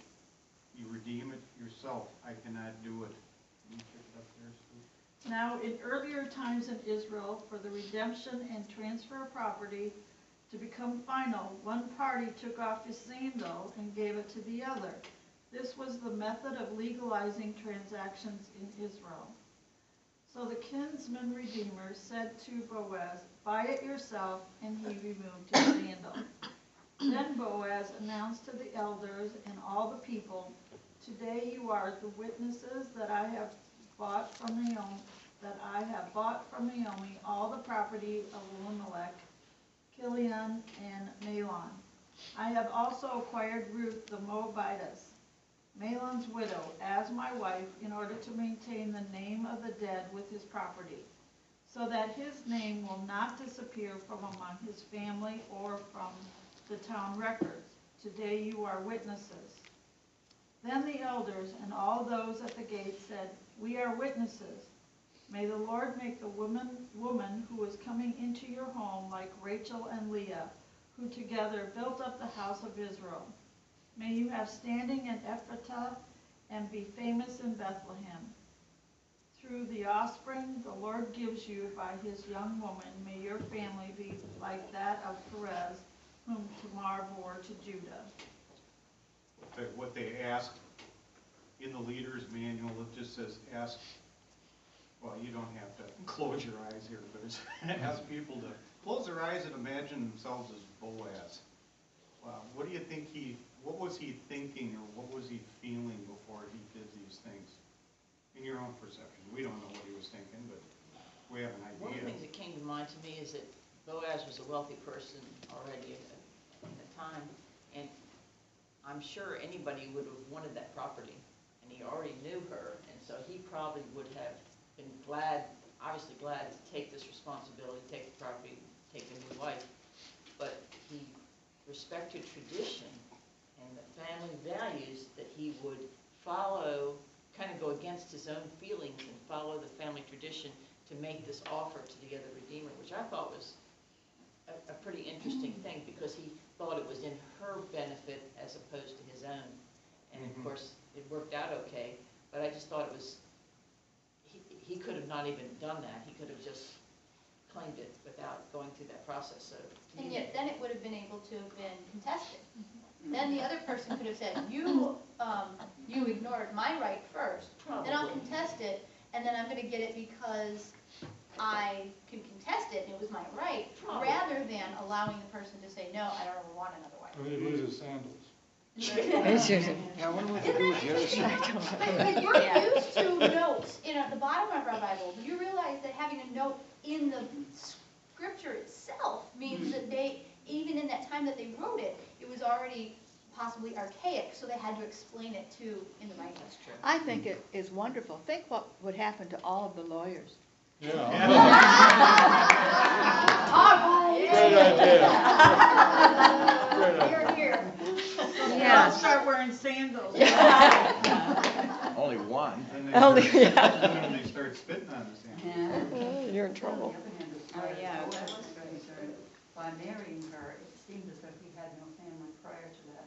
Now he may have a son, which would give him the opportunity to pass I thought his he was a property widower. along. And his name, so. I thought he was never married. I don't know. I get so But confused. also, I mean, in this case, apparently he didn't have another wife. But the fact that they could have that they did have multiple wives, made it possible to take on a wife of your brother. I mean, you couldn't do that today. What happened to the good old days? But we would still have the ability to help and still take on True. the acceptance True. of responsibility for responsibility, someone else right. if they have no means themselves. That was the message, I think, too. I mean, if you're going to contemporize it, that's, I imagine there'd be some issues if we did it exactly the way they did. I kind of think. There'd probably be a lot of sandals and spit on them. I also thought that he was probably hoping, because he didn't mention Ruth until after, and so he might have been hoping that the kingsman would think, oh, what would my other wife think if I bring in a Moabite woman into the household? And maybe he was hoping that would be, the answer would be no. But, being honorable, he told him, oh, the property, oh, yeah, I'll take it. And then he'd go on to By the say, oh, well, you're going to get this and this and this, Could we go back to the marriage issue just a second? Sure. I should know this, but when did God say there could be only monogamous marriages? When did he say one man, one woman? I thought it was before this time. I may be wrong. Maybe that's a study Who's question Googling? next week. Google this. Huh? I said, who's Jan's not Googling? doing her job. I don't know what she's Googling. Probably that I was question. just gonna say, this is the stuff that used to come up in the other Yeah, I know, studies, but- was that we bring up questions like that, and we Google that, and then I'll try to come back with an answer next Oh, well, week. Jan will Well, come we up with used it to right say- now. Does someone say, Dad, wiggle that wheel? Yeah. She'd be Find there that like song. she is now. Yep. But it would seem That's a that good God question. made that rule in the beginning. There are many things that were said in Moses' law that weren't followed. That's They were true. changed. Well, Man, civilization went along. Well, and then I was wondering too, when you run out, what happens when you run out of brothers? well, that's another question, yeah. Well, that's. That That's was, That's what this Yeah. situation. They did say about cousins and, What is it called? Something The The redeemer? next, a kinsman redeemer. yeah, well, In it went line. on down the line. Yes. But I To mean, it's like, cousins I don't and remember reading uncles anything, and- okay, after the brothers are exhausted, then do you go to Yeah, well, it says that in father-in-law, do you here, go to it was uncles, aunts, well, complication, not aunts. you know? Yeah. It said that they used to, undoubtedly rabbis made countless, practical interpretations of Right. the, yeah. Right. So somebody was deciding that for you. So I think it was to that person, maybe that was proactive like Boaz was, you know?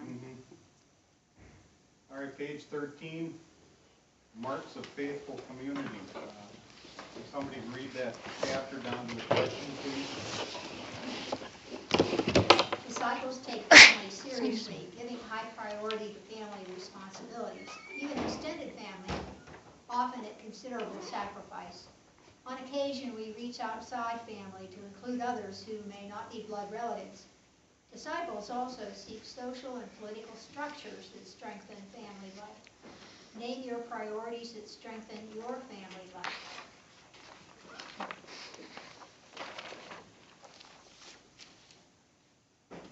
Well, we put down there that God is our center, tradition.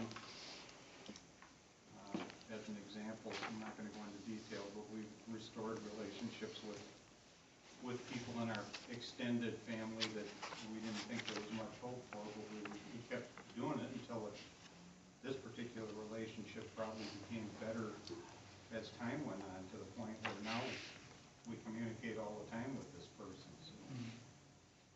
Anyone else? I put down the importance of faith, the importance of education, the importance of gathering together, keeping confident. And here in this one too, it said, you know, it went to extended family. That it doesn't need to just stop at our immediate family. All right, page 14. Sure you can. I Googled Jared's question, and earliest verse I see,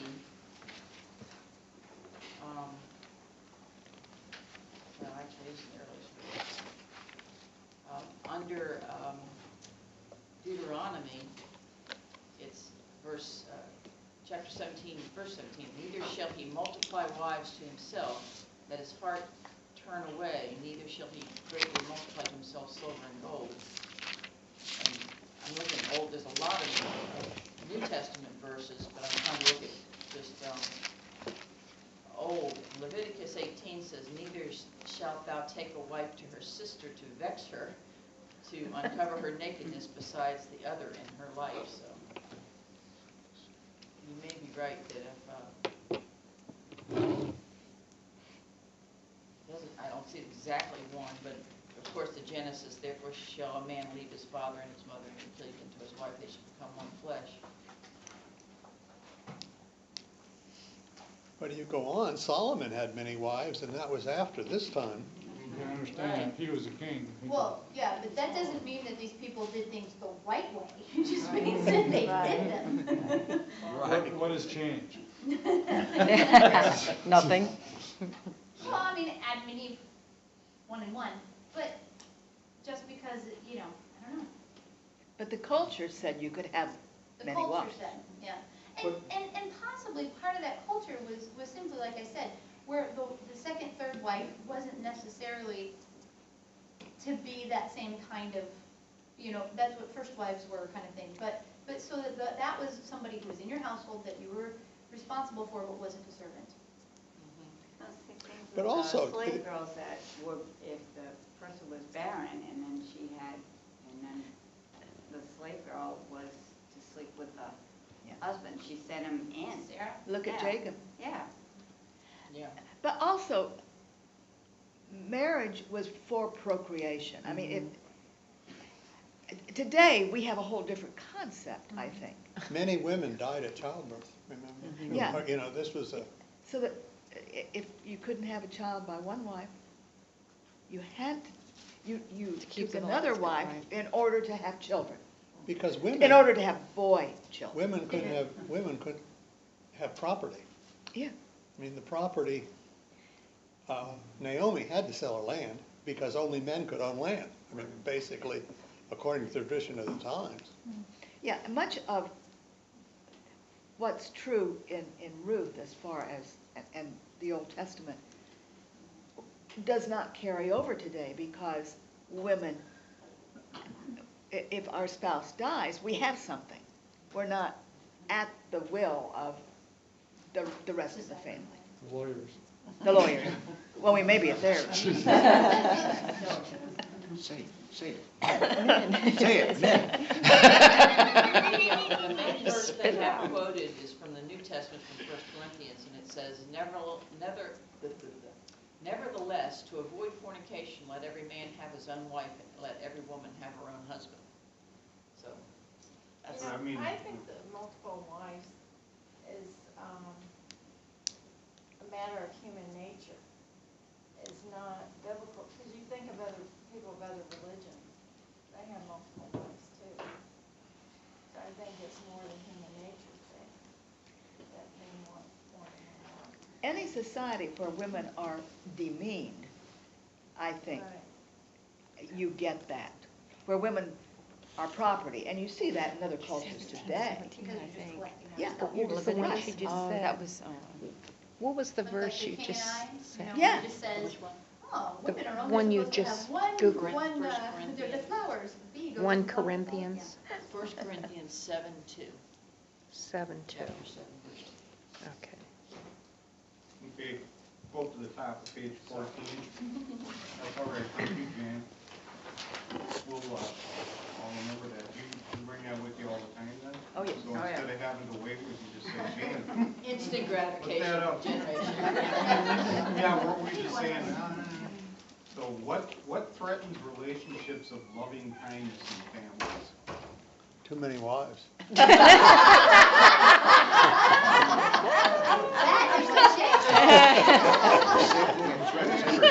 And Bill, one can be that too. Yeah, greed, selfishness. Yes. Stubbornness. Greed. Dishonesty, divorce. Divorce. Judgmentalism. Mhm. Those are the things that cause the divorce, because that creates the threatening. Arrogance. We can make a long list. Get a Well, break. Not being God Yeah, centered. but, I mean, things are triggered by those things, you know, like alcohol and drugs and all that. Yeah. How does your experience of faithful community strengthen or weaken your family's cohesiveness?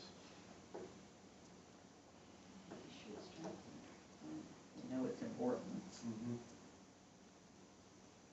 You've written down be examples, faith, and community outreach, which I think is something, we've talked about this before, that this church does so well, is the community outreach. What determines the effort and or the sacrifice you are willing to make to maintain connections with extended family? Time, money. Their response. Yeah. But should it? I lost over here. You know what I couldn't mean? understand. Sometimes you're right, I mean, you're right, you're absolutely right. You know, we want a response that we want. Oh, any response. Big time. Acknowledgement is. And I'm not talking about you in general, I'm just saying, No, I'm you just know, saying that response what I may mean? be the wrong word. It's, receptive. there's times where I send things out to relatives, but I never even know they got it.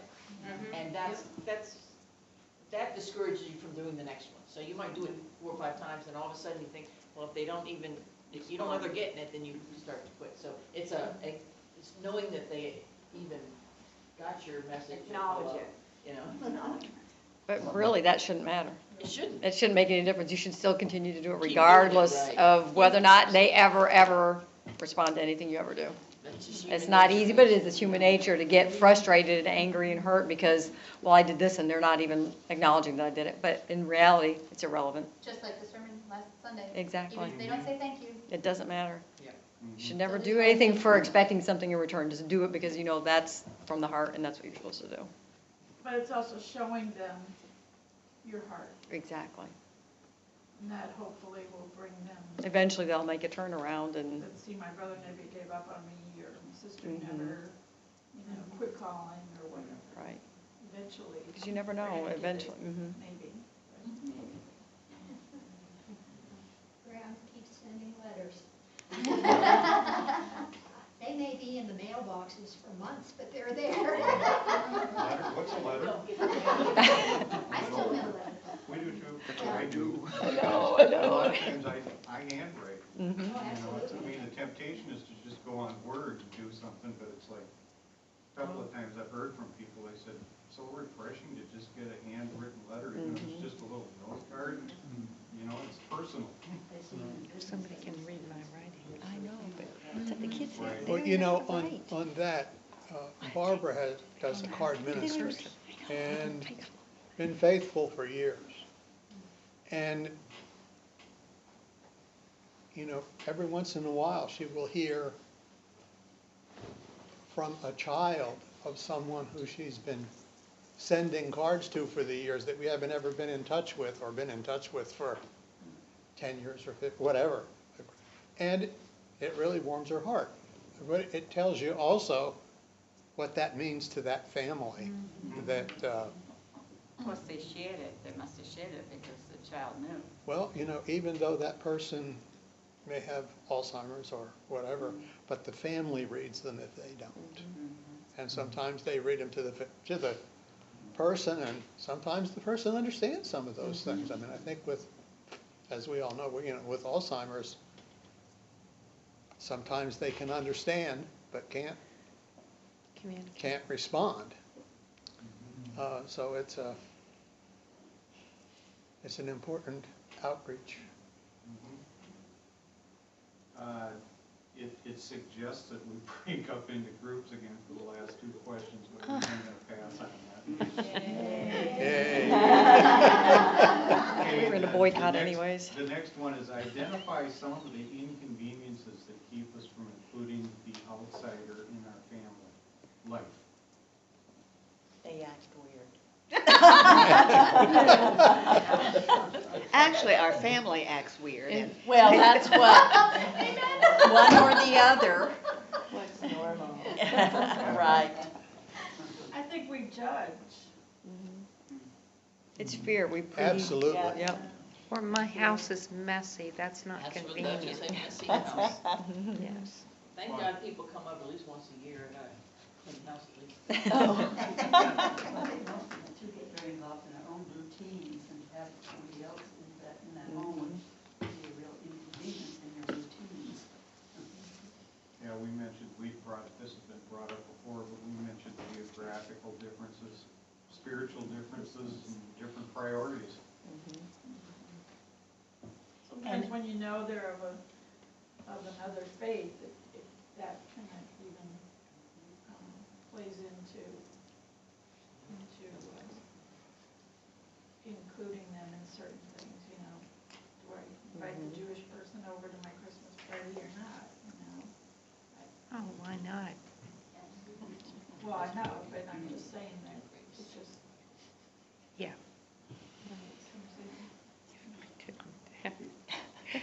And the last one says, what actions and attitudes overcome barriers of inconvenience? Stop worrying about yourself and worry about the other person. I've been bringing my two great-grandchildren to church and the Sunday school, and neither their parents, all their parents are Christians or go to church at all, but they've allowed me to do so.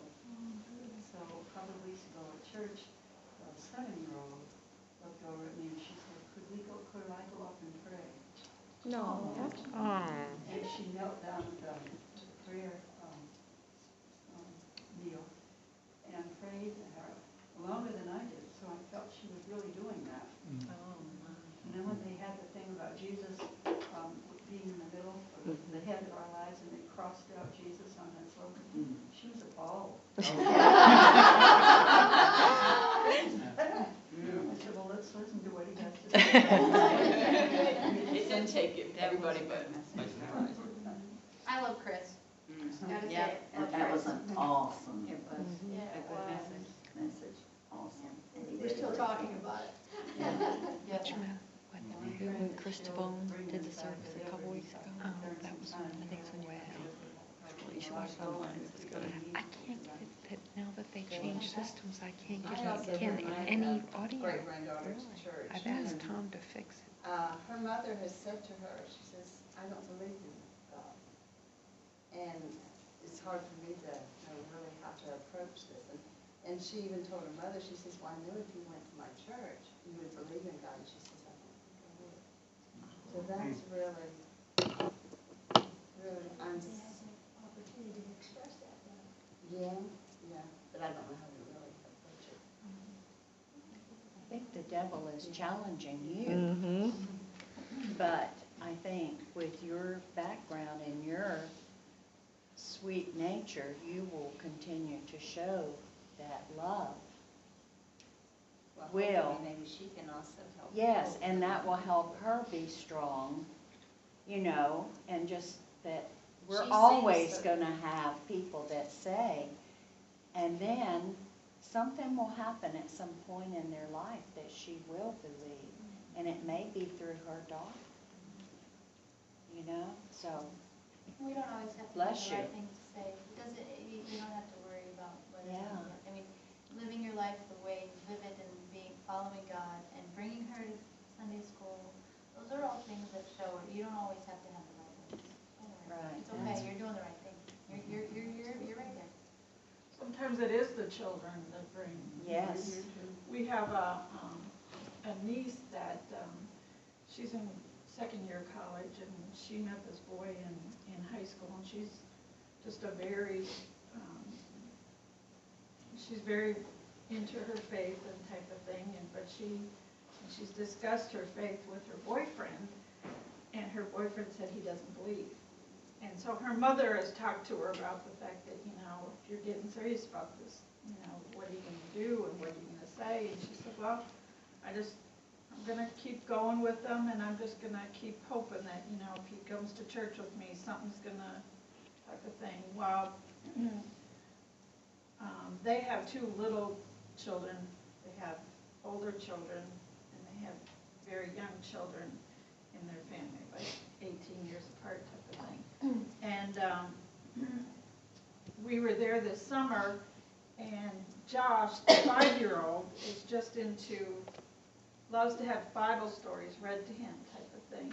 So we were at the lake, and we were at the bonfire, and everybody was there, and her boyfriend was there, and Josh said, Ben, will you read me a story?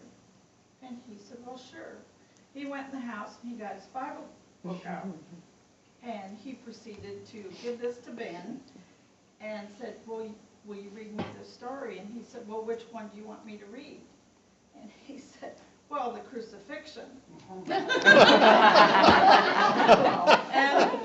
Les and I are looking at each other like, how is Ben, unbeliever, going to handle this type of thing? He sat there and read it to him, and I just think that this little boy is just going to work on him, and I think the Lord's just going to work through this little boy to bring him, you know, somewhere along into faith. So anyway, he started with the crucifixion. Not like getting right to the point. No beating around the bush.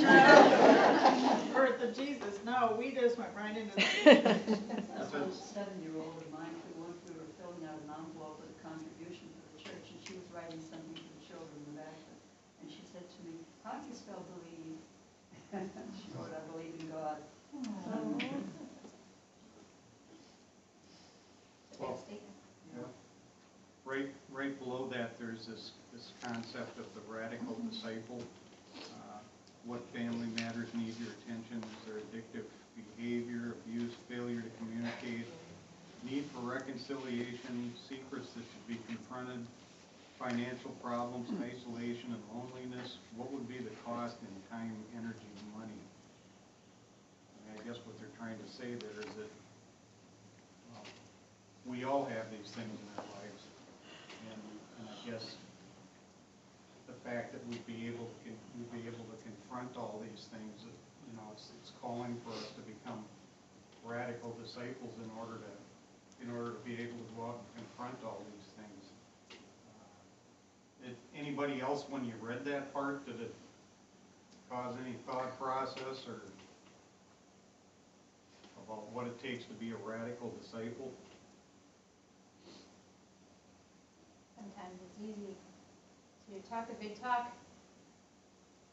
amongst other people, but being able to make sure that your home base is taken care of so that you can go out into the world with a good foundation. I think it kind of also really comes into the comfort zone that, Pastor Doug's talking about. That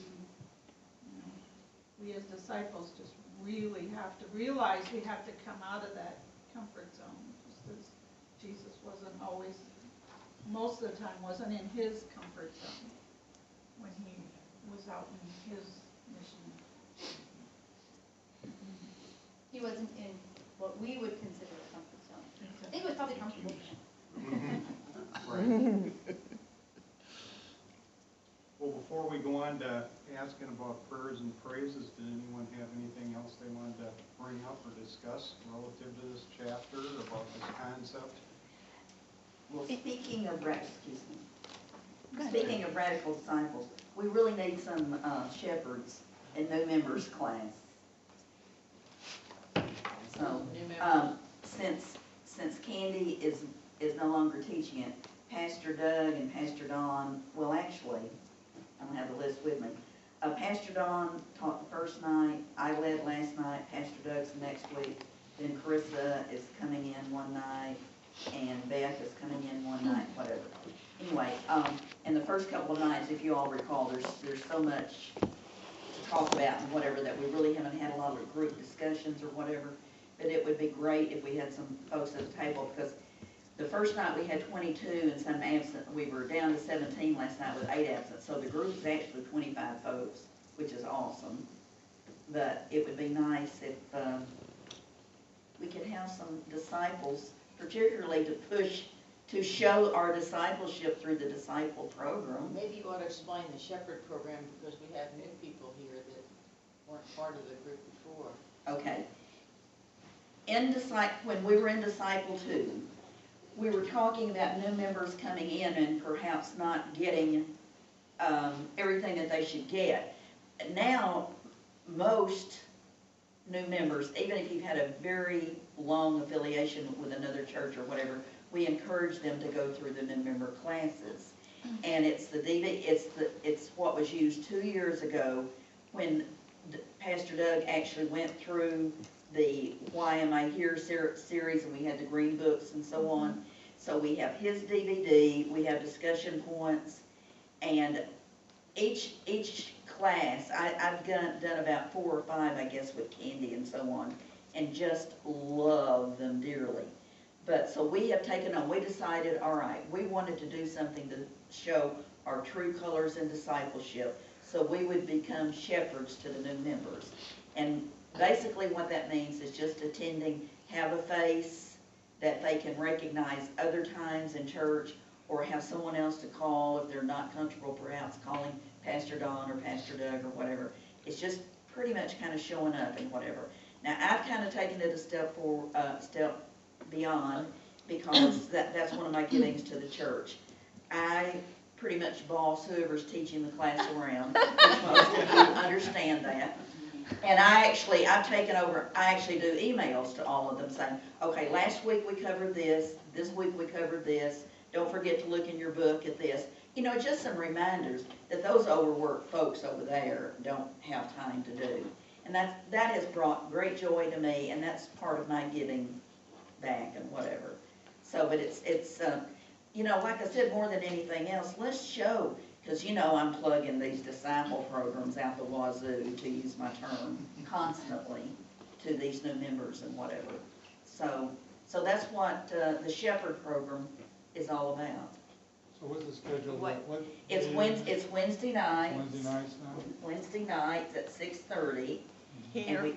And we, in Social Hall, well, let me get my calendar and let's see who we have left.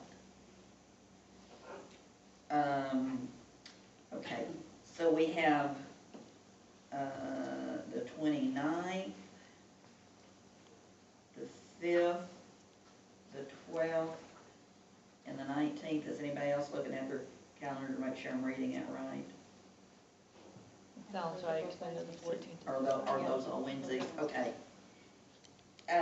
You don't have to really do anything except, be there, but, Can you put out an email, can you put out an email that we could sign up like we had done in the past? I will. That would be great. How long does it last?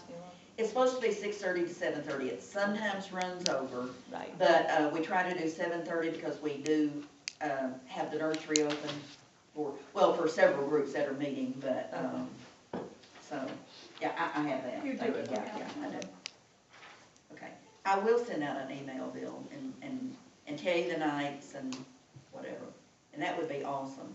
Particularly since it's changed a little bit with Candy not being the rock there, that, I really don't think it hurts to have more than two Yeah. there. I mean, I think Oh, it's I don't great. either. I'd love to have, if we've got 6 tables, see, I'd love and last year, a couple of times when Jenna was, her schedule allowed, we would have people at 2 or 3 different tables and the church staff, the Liscos, Misty and her husband were there and whatever. So it's awesome if we can have one at each table. I think it's great because it gives the new members a chance to see what other things people are in, and, it's not just the minister saying Well, or it's either- Candy Right. saying. It's even more important because I was under the impression that Dawn was going to be there every week.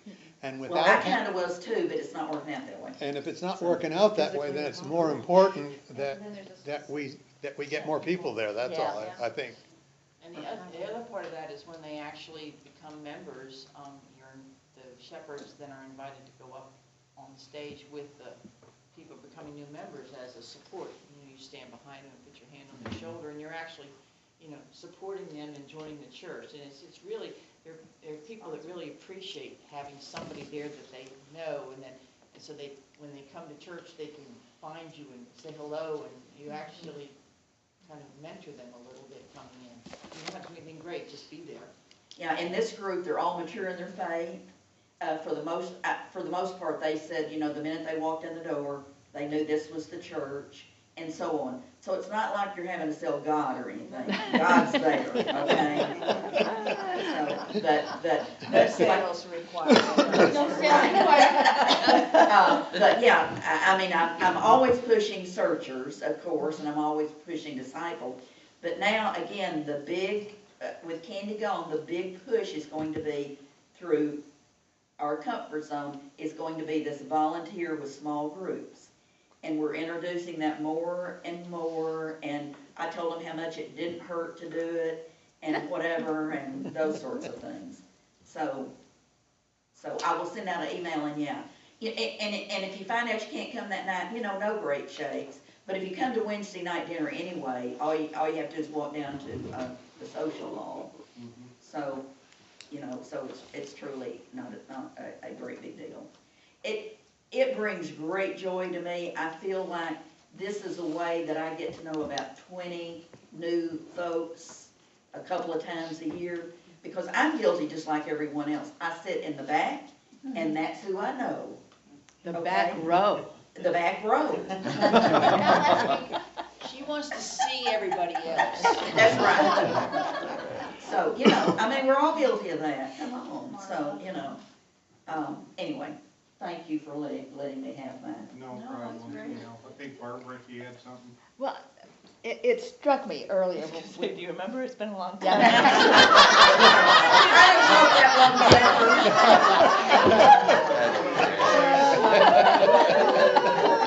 time. Talking about inclusiveness, and Hessen.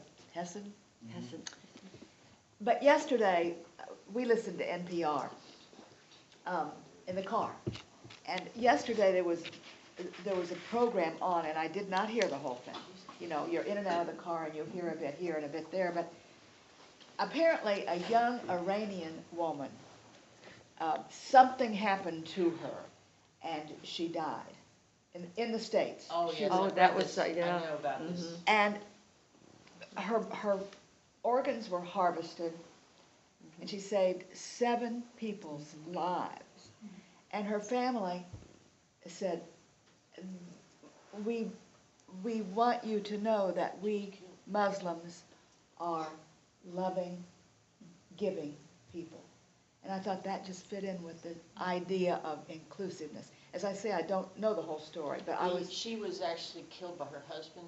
Honor She killing. It was an honor killing, yeah. It was kind of an arranged marriage, and she came here to the U.S., and she was killed by her husband. But the thing that was so wonderful about it is the people at the hospital that took her as their child, and they contacted her family in Iran, and they arranged for them to have computers so they could be at her bedside as she was dying. Through the computers, through FaceTime. It was just awesome story. Awesome. What is N? National Public Radio. National, oh, okay. Okay.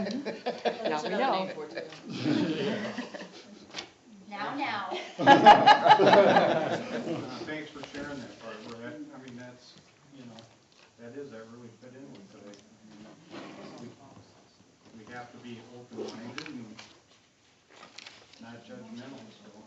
While we're off topic, I got a couple heads. There's a lecture this afternoon in Mount Dora. I know that's a ways to drive, but we drive down here 2 or 3 times a week, so not from Mount Dora. But anyway, a nuclear physicist, Rabbi Joe Solomon. Now that's a strange combination. Yeah.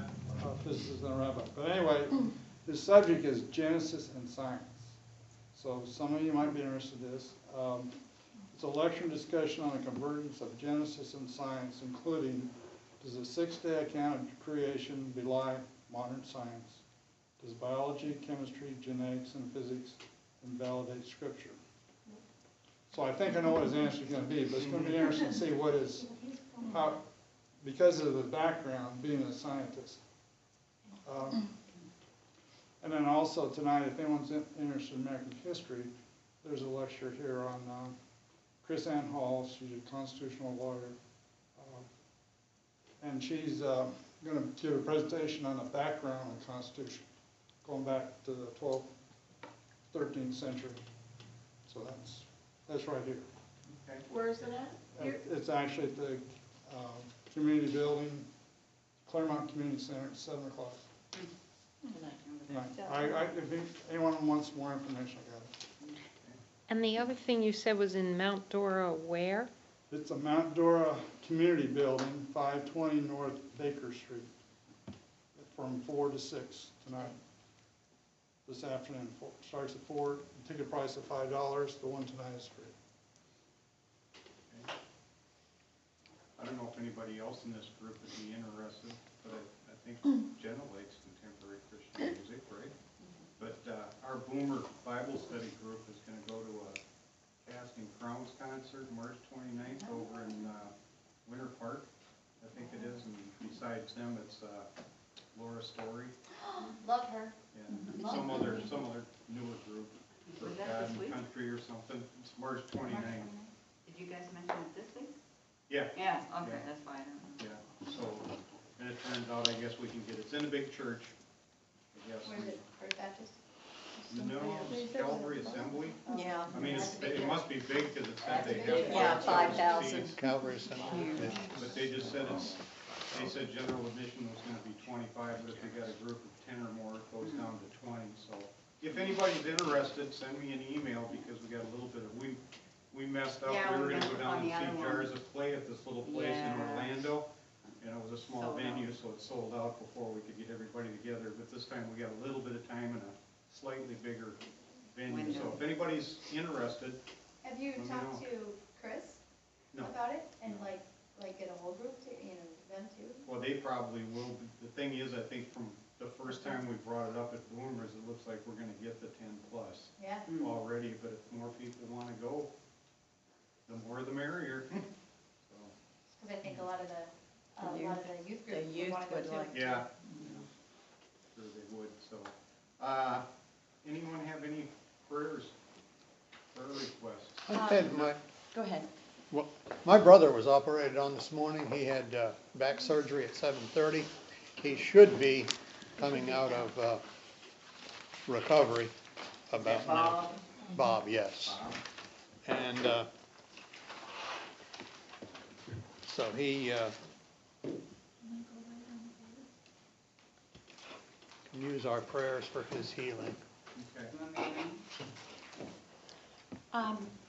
Bob McAllister is in our Searcher Sunday School class, and yesterday he was taken by ambulance for, his blood pressure was 60/40.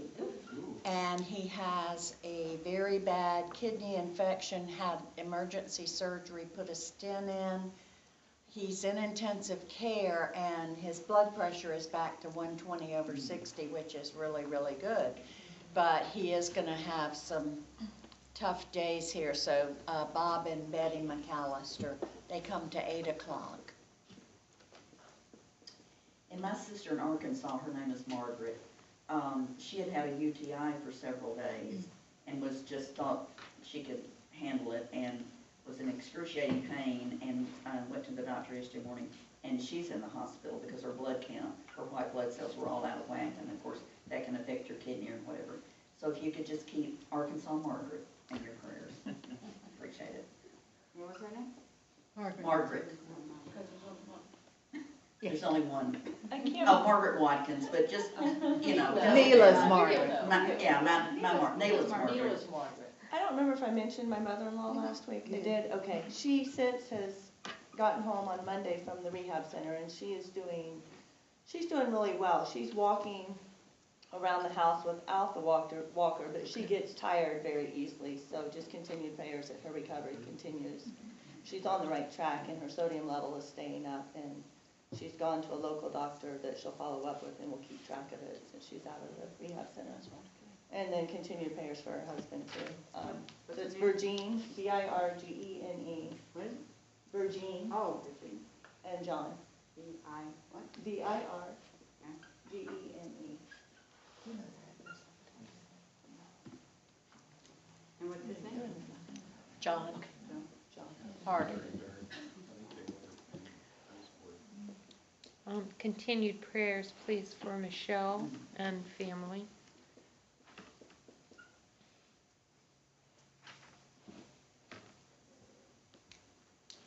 Okay, we need some more in that praise category. So let's say, yay, back to. I have a big praise. Like some of you know that my daughter Kristen is going on a mission trip in March with her group up at FSU to Guatemala, and all the money's been raised. Oh, It's all done. awesome. Yeah, and we didn't even have to, she didn't have to try to go through the endowment fund, which is great, because then that leaves somebody else who can use endowment fund money, so. She has very generous relatives, and we did garage sales, and she worked a couple different jobs to make some money, so it's $1,600 to raise, so. Wow. That's, now she doesn't have to stress over it, as she said, so that's good. Under prayers, Kathy, could you put Ben? That's the boyfriend we were talking about earlier.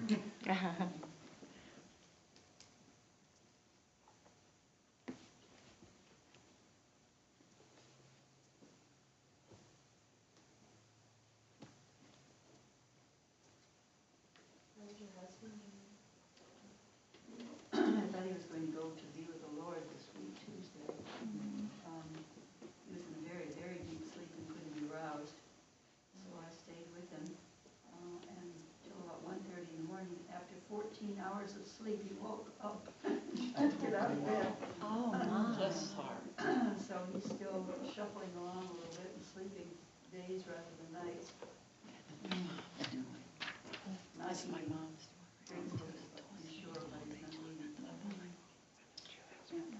My mom Annette, she's in a rehab center right now, recuperating, trying to get her stronger and walking and stuff. She's had a few setbacks as far as having, she had another UTI, really bad one, it just like, she had a lot of, she's in bed a lot longer, so they're trying to get her strength noise so she can be out of bed more than in bed. I'd like to put my mom and dad actually both on there. My mother has Alzheimer's and dementia, and she's still at home, and I am both of their primary caregivers because he has a neurological disorder, so I'm there every day. And she's just at that phase where she sleeps all day long. She's up all night long. What's your mom's name? Oh, Darlene. Darlene, and my dad's name is Lynn, and so he's there all day long with her. And she's draining him because he's up 24 hours a day now because she's up all night and then, sleeps all day. So it's just a very interesting scenario going on. She's not ready to be, we're not ready to put her anywhere. It would do her in to do that. We've had touch and goes. We had hospice in over the summer, and she's made a total turnaround, and it's just been a very strange journey. And her mother passed away of Alzheimer's years ago, so we've been through this once.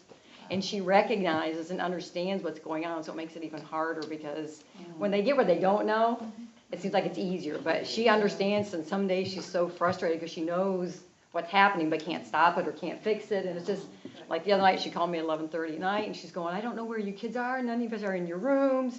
And she's up making my dad look for all of my brothers and sisters. We're all 15 above, so it's just really, some of it's comical, it really is.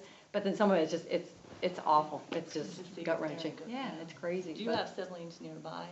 I do, but, everybody, I'm fortunate because I don't work. Right. So Don't I have am the time the chosen one, which go I'm check. blessed. I am blessed. I'm glad I am here to do that. But it is, it's draining, as you know. No, they live in Eustis. So I go to Eustis every day, and I do all their grocery shopping, all the doctor appointments, everything, whatever. But it's just draining, as everyone knows. A lot of that in this room. Would someone like to volunteer to take us out with prayer today? Linda's off the list because last week. Well, I'm not going to be the one every week. Now, I'm just telling you. Dear God, thank you so much. You're such an awesome God. Thank you for giving us this opportunity to learn, to share, to grow, become better disciples, because that's what we're all about. God, you've heard the praises, you've heard the prayer requests, and we all have things in our hearts and our heads that we haven't shared, but you know them. So God, address them, be with us as each of us are dealing with those things that perhaps we haven't shared aloud. But know that there are many needs out there. Be with our church, be with our pastors, all the leaders, the volunteers, the press guards. It's just awesome that we do have so many opportunities in this church, God, and we need to take advantage of those opportunities. Be with each of us this week as we study our lessons, as we grow, as we hear the ongoing series about getting out of our comfort zones. God, we just love you so much, and we pray in thy name. Amen. Amen. Thank you. Does anybody know Kay Hill? Yeah. Yes. Okay. And Jack has been ill? They both have been on ill. They're both. But I haven't been ill And Jack fell and. Oh, did he? Oh, He fell off the roof and Fell hurt off his the back. Oh, see, I was going to. Yeah. Oh, yeah, and then Kay had the surgery, so, So they're, that's why They're kind of some of the a mess. financial stuff has been missing in the bulletins because Jack has not been there been able to do all of his job, but he. Oh, take yours. Did you get my name? Yes, Oh, I did. Okay.